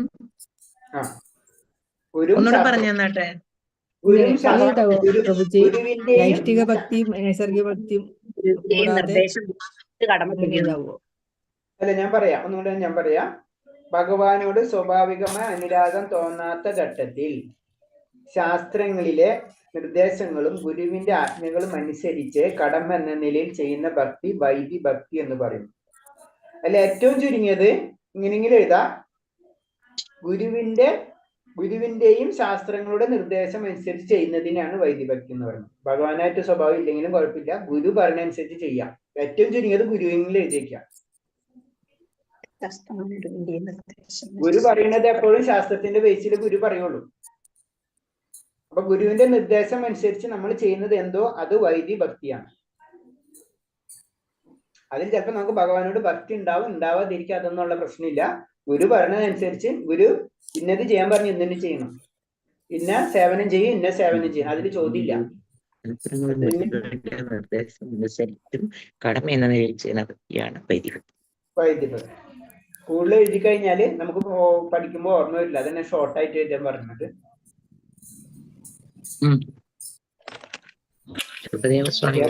രാജാവിനോട് മരണത്തെ നേരിടാൻ എന്ത് ചെയ്യാനാണ് പറഞ്ഞത്? അടുത്ത ചോദ്യം. അടുത്തത് ശുഗദേവസ്വാമി പരീക്ഷിത് രാജാവിനോട് മരണത്തെ നേരിടാൻ എന്ത് ചെയ്യണമെന്നാണ് പറഞ്ഞത്? ശ്രവണ സ്മരണ കീർത്തനങ്ങളിലൂടെ ഈശ്വരനെ ഭജിച്ചു കൊള്ളുവാനാണ് പറഞ്ഞത്. ഹരേ കൃഷ്ണ മഹാമന്ത്രം ചൊല്ലുക. അതായത് ശ്രവണ സ്മരണ കീർത്തനം അല്ലെ? ഹരേ കൃഷ്ണ മന്ത്രം. ഹരേ കൃഷ്ണ മന്ത്രം. സ്മരണ കീർത്തന, ശ്രവണ സ്മരണ കീർത്തന. ഓക്കെ. പരാജയം എന്ന പദം കൊണ്ട് അർത്ഥമാക്കുന്നത് എന്താണ്? പരാജയം എന്ന പദം കൊണ്ട് അർത്ഥമാക്കുന്നത് എന്താണ്? ഭക്തിശൂന്യന്മാർക്ക് എപ്പോഴും പരാജയമായിരിക്കും അനുഭവം. മനുഷ്യരൂപം ലഭിച്ചിട്ടും ജനന മരണങ്ങളുടെ ഉരാക്കുടുക്കിൽ നിന്നും രക്ഷപ്പെടാനുള്ള സുവർണാവസരം നഷ്ടപ്പെടുത്തുന്നു എന്നതാണ് പരാജയം എന്ന പദം കൊണ്ട് അർത്ഥമാക്കുന്നത്. ഷോർട്ടായിട്ട് ഇത്ര എഴുതിയാൽ മതി. മനുഷ്യജന്മം ലഭിച്ചിട്ടും അത് ആത്മസാക്ഷാത്കാരത്തിന് വേണ്ടി ഉപയോഗിക്കാതിരിക്കുക, അവർക്ക് പരാജയം കിട്ടുള്ളൂ. മനുഷ്യജന്മം കിട്ടിയിട്ടും അത് ഉപയോഗിക്കാതിരിക്കുക, അതാണ് പരാജയം.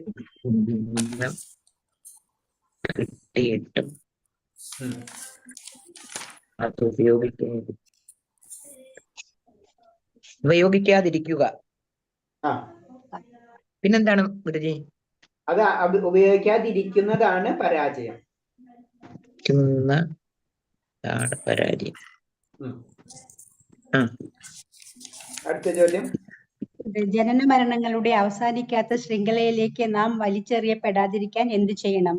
കൃഷ്ണാവബോധം ഗൗരവമായി കൈക്കൊണ്ടാൽ ജനന മരണങ്ങളുടെ അവസാനത്തെ ശൃംഖലയിലേക്ക് നാം വലിച്ചെറിയപ്പെടില്ല. കൃഷ്ണാബോധം വളർത്തിയെടുക്കാം.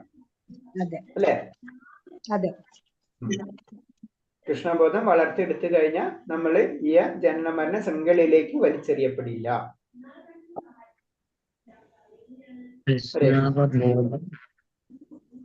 ഇത്തരം പറഞ്ഞ ഈ ചോദ്യങ്ങളിൽ എന്തെങ്കിലും ആർക്കെങ്കിലും ഡൗട്ട് ഉണ്ടോ? ഇന്നത്തെ ഇപ്പൊ പറഞ്ഞതില് രണ്ടാമത്തെ ഇതില്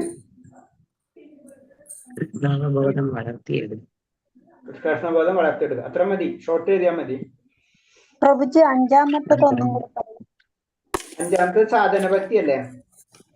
എന്തെങ്കിലും നിർമ്മിച്ചെടുക്കാൻ ഉദ്ദേശിച്ചു കൊണ്ടിട്ടുള്ളതല്ല എന്ന് നൽകിയിരിക്കുന്നതിന്റെ ഉദാഹരണം. ഒരു കുട്ടി സാധനാഭക്തിയാണ് 5. സാധന ഭക്തി അല്ലേ ചോദിച്ചത്? അതെ അതെ. ഹരേ കൃഷ്ണ. സാധന ഭക്തി എന്ന് പറയുന്നത് നമ്മുടെ ഇന്ദ്രിയങ്ങളെയും മനസ്സിനെയും ഭഗവാന്റെ സേവനത്തിന് വേണ്ടി ഉപയോഗിക്കുക, അതാണ് സാധന ഭക്തി. നമ്മുടെ ഇന്ദ്രിയം എന്ന് പറയുമ്പോ മനസ്സും വരും, എന്നാലും ഇന്ദ്രിയങ്ങളെയും മനസ്സിനെന്ന് എഴുതാം. ഇന്ദ്രിയങ്ങളെയും മനസ്സിനെയും ഭഗവാന്റെ സേവനത്തിന് വേണ്ടി ഉപയോഗിക്കുന്ന പ്രക്രിയയാണ് സാധന ഭക്തി. ഓക്കെ, അടുത്തത് ആരെങ്കിലും? അടുത്തത് ഏത് മാനസിക ഭാവത്തിലാണ് സമാധി എന്ന് പറയുന്നത്? ധ്യാനത്തിലൂടെ മനസ്സ് വിഷ്ണു രൂപത്തിൽ തന്നെ സദാ നിരതമാക്കുക, ഒരു നിമിഷം പോലും ഭഗവാനെ മറക്കാതിരിക്കുക. ഈ മാനസിക ഭാവത്തിന് സമാധി എന്ന് പറയുന്നു. ഓക്കെ ഓക്കെ, ഇതില് 12 പേരല്ലേ ഉള്ളൂ? ഫുള്ളുണ്ടോ? ഓ 13 ഉണ്ടല്ലേ? 19 ഉണ്ടല്ലേ? നമുക്ക് സമയമായില്ല. കൊറേ സമയം പിടിക്കുമല്ലോ. എന്ത് ചെയ്യാം? അത് നാളെ നോക്കാം. നാളെ നോക്കാം, അല്ലെങ്കിൽ തീരില്ല. പലർക്കും പല എൻഗേജ്മെന്റ് ഉണ്ടാവും. 13 തൊട്ട് നാളെ നോക്കാം നമുക്ക്. ഓക്കെ, ക്ലിയർ അല്ലേ? ഇത്രയും 12 ചോദ്യം ക്ലിയർ അല്ലേ?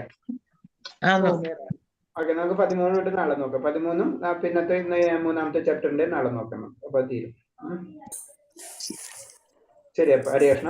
ഇന്ന് പറഞ്ഞതിൽ എല്ലാവരും അപ്പൊ സേവനത്തിലൊക്കെ എല്ലാവരും വലിയ സേവനത്തിലാണ് അല്ലേ? ഭഗവത് സേവനമൊക്കെ തുടങ്ങിയല്ലേ? ഹരേ കൃഷ്ണ. 15 പേരുണ്ട് അല്ലേ? നിഷമാതാജി ഉണ്ട്. 11 പേര് പ്രഭുജി. ആരൊക്കെയാ? ഒന്ന് വിളിച്ച പേരൊക്കെ ഒന്നറിയട്ടെ. ഹരേ കൃഷ്ണ. ഉണ്ടോ? പേരുണ്ടോ മാതാജിക്കല്? ഒന്ന് ലക്ഷ്മി മാതാജി, ഒന്ന് രത്നകുമാരി മാതാജി, നിഷ മാതാജി, ശോഭ. ഒന്ന് എല്ലാവരും പറഞ്ഞോ, ആരൊക്കെ ഉള്ളതെന്നൊന്ന് പറഞ്ഞോ. സ്മിത മാതാജി,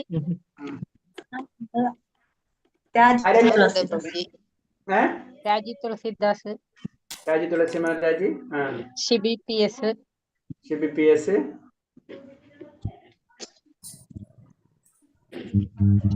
പിന്നെ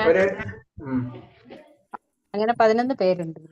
15 പേര്. ഒന്ന് വിളിച്ച് മാതാജി, ഒന്ന് പേര് വിളിച്ച് ഒന്ന് എല്ലാവരും ഒന്ന് എൻഡേഴ്സ് ചെയ്ത്. കാണില്ല ആരും ഒന്നും, എനിക്കൊന്ന് അറിയാൻ വേണ്ടിയായിരുന്നു. ഇത്രേ ഉള്ളൂ. ലക്ഷ്മി മാതാജി, ലക്ഷ്മി VK. ലക്ഷ്മി മാതാജി. ഹരേ കൃഷ്ണ. ഹരേ കൃഷ്ണ. ഓക്കെ, ഹരേ കൃഷ്ണ മാതാജി. ഓക്കെ, ഹരിബോൽ. പിന്നെ ആരാ? ഇന്ന് നിഷ മാതാജി. നിഷ മാതാജി. നിഷ മാതാജിനെ അറിയാം. ഓക്കെ, നിഷ മാതാജി. രത്നകുമാരി മാതാജി. രത്നകുമാരി മാതാജി. ഓക്കെ, പിന്നെ ശോഭ സതീഷ് മാതാജി. ശോഭ സതീഷ് മാതാജി. ഓക്കെ, പിന്നെ ഷിബി PS. സിബി PS ആരാണ് നോക്കട്ടെ? മാതാജി കേറിയിരുന്നല്ലോ. കേറുന്നു അല്ലേ? പിന്നെ ആരാ? രാജി തുളസിദാസ് മാതാജി. രാജി തുളസിദാസ് മാതാജി. ഹരേ കൃഷ്ണ. ഹരിബോൽ. പിന്നെ ആരാ? പത്മജകുമാരി. ശ്രീലത മാതാജി. ശ്രീലജ മാതാജി. ഓക്കെ, ഹരിബോൽ. ഹരേ കൃഷ്ണ. പിന്നെ ഞാന്. ഹരേ കൃഷ്ണ. ഹരിബോൽ. പിന്നെ 15 പേര്. ആരും വിട്ടുപോയോ? വിട്ടിട്ടില്ലല്ലോ ആരെങ്കിലും? സർവീസ് ചെയ്യുന്നവരെ? പ്രസന്നകുമാരി മാതാജി ഉണ്ട്. ബാബുപ്രഭു, രമേഷ് പ്രഭു. ഹരേ കൃഷ്ണ. നമ്മളെ പ്രഭുക്കന്മാരെ പേര് വിട്ട് കളഞ്ഞല്ല. 2 പേരുണ്ട്. 2 ആളുണ്ട്. 2 പേരും വിട്ട് കളഞ്ഞ്. ഹരേ കൃഷ്ണ. അത് ശരിയായില്ല. ഹരേ കൃഷ്ണ. ഓക്കെ, അപ്പൊ എല്ലാവരും ഹരേ കൃഷ്ണ. എല്ലാവരും ആക്റ്റീവായിട്ട് സർവീസും ചെയ്യുന്നുണ്ട്. ഹരേ കൃഷ്ണ. നമുക്ക് പതുക്കെ നമ്മളെ ട്രെയിനിൽ പതുക്കെ പോയിക്കൊണ്ടിരിക്കാം. ഹരേ കൃഷ്ണ. ശരി. പ്രഭുജി, എനിക്കൊന്ന് പറയാനുണ്ട്. എന്താ പ്രഭുജി? എനിക്കൊന്ന് പറയാനുണ്ട്. പറയാം മാതാജി.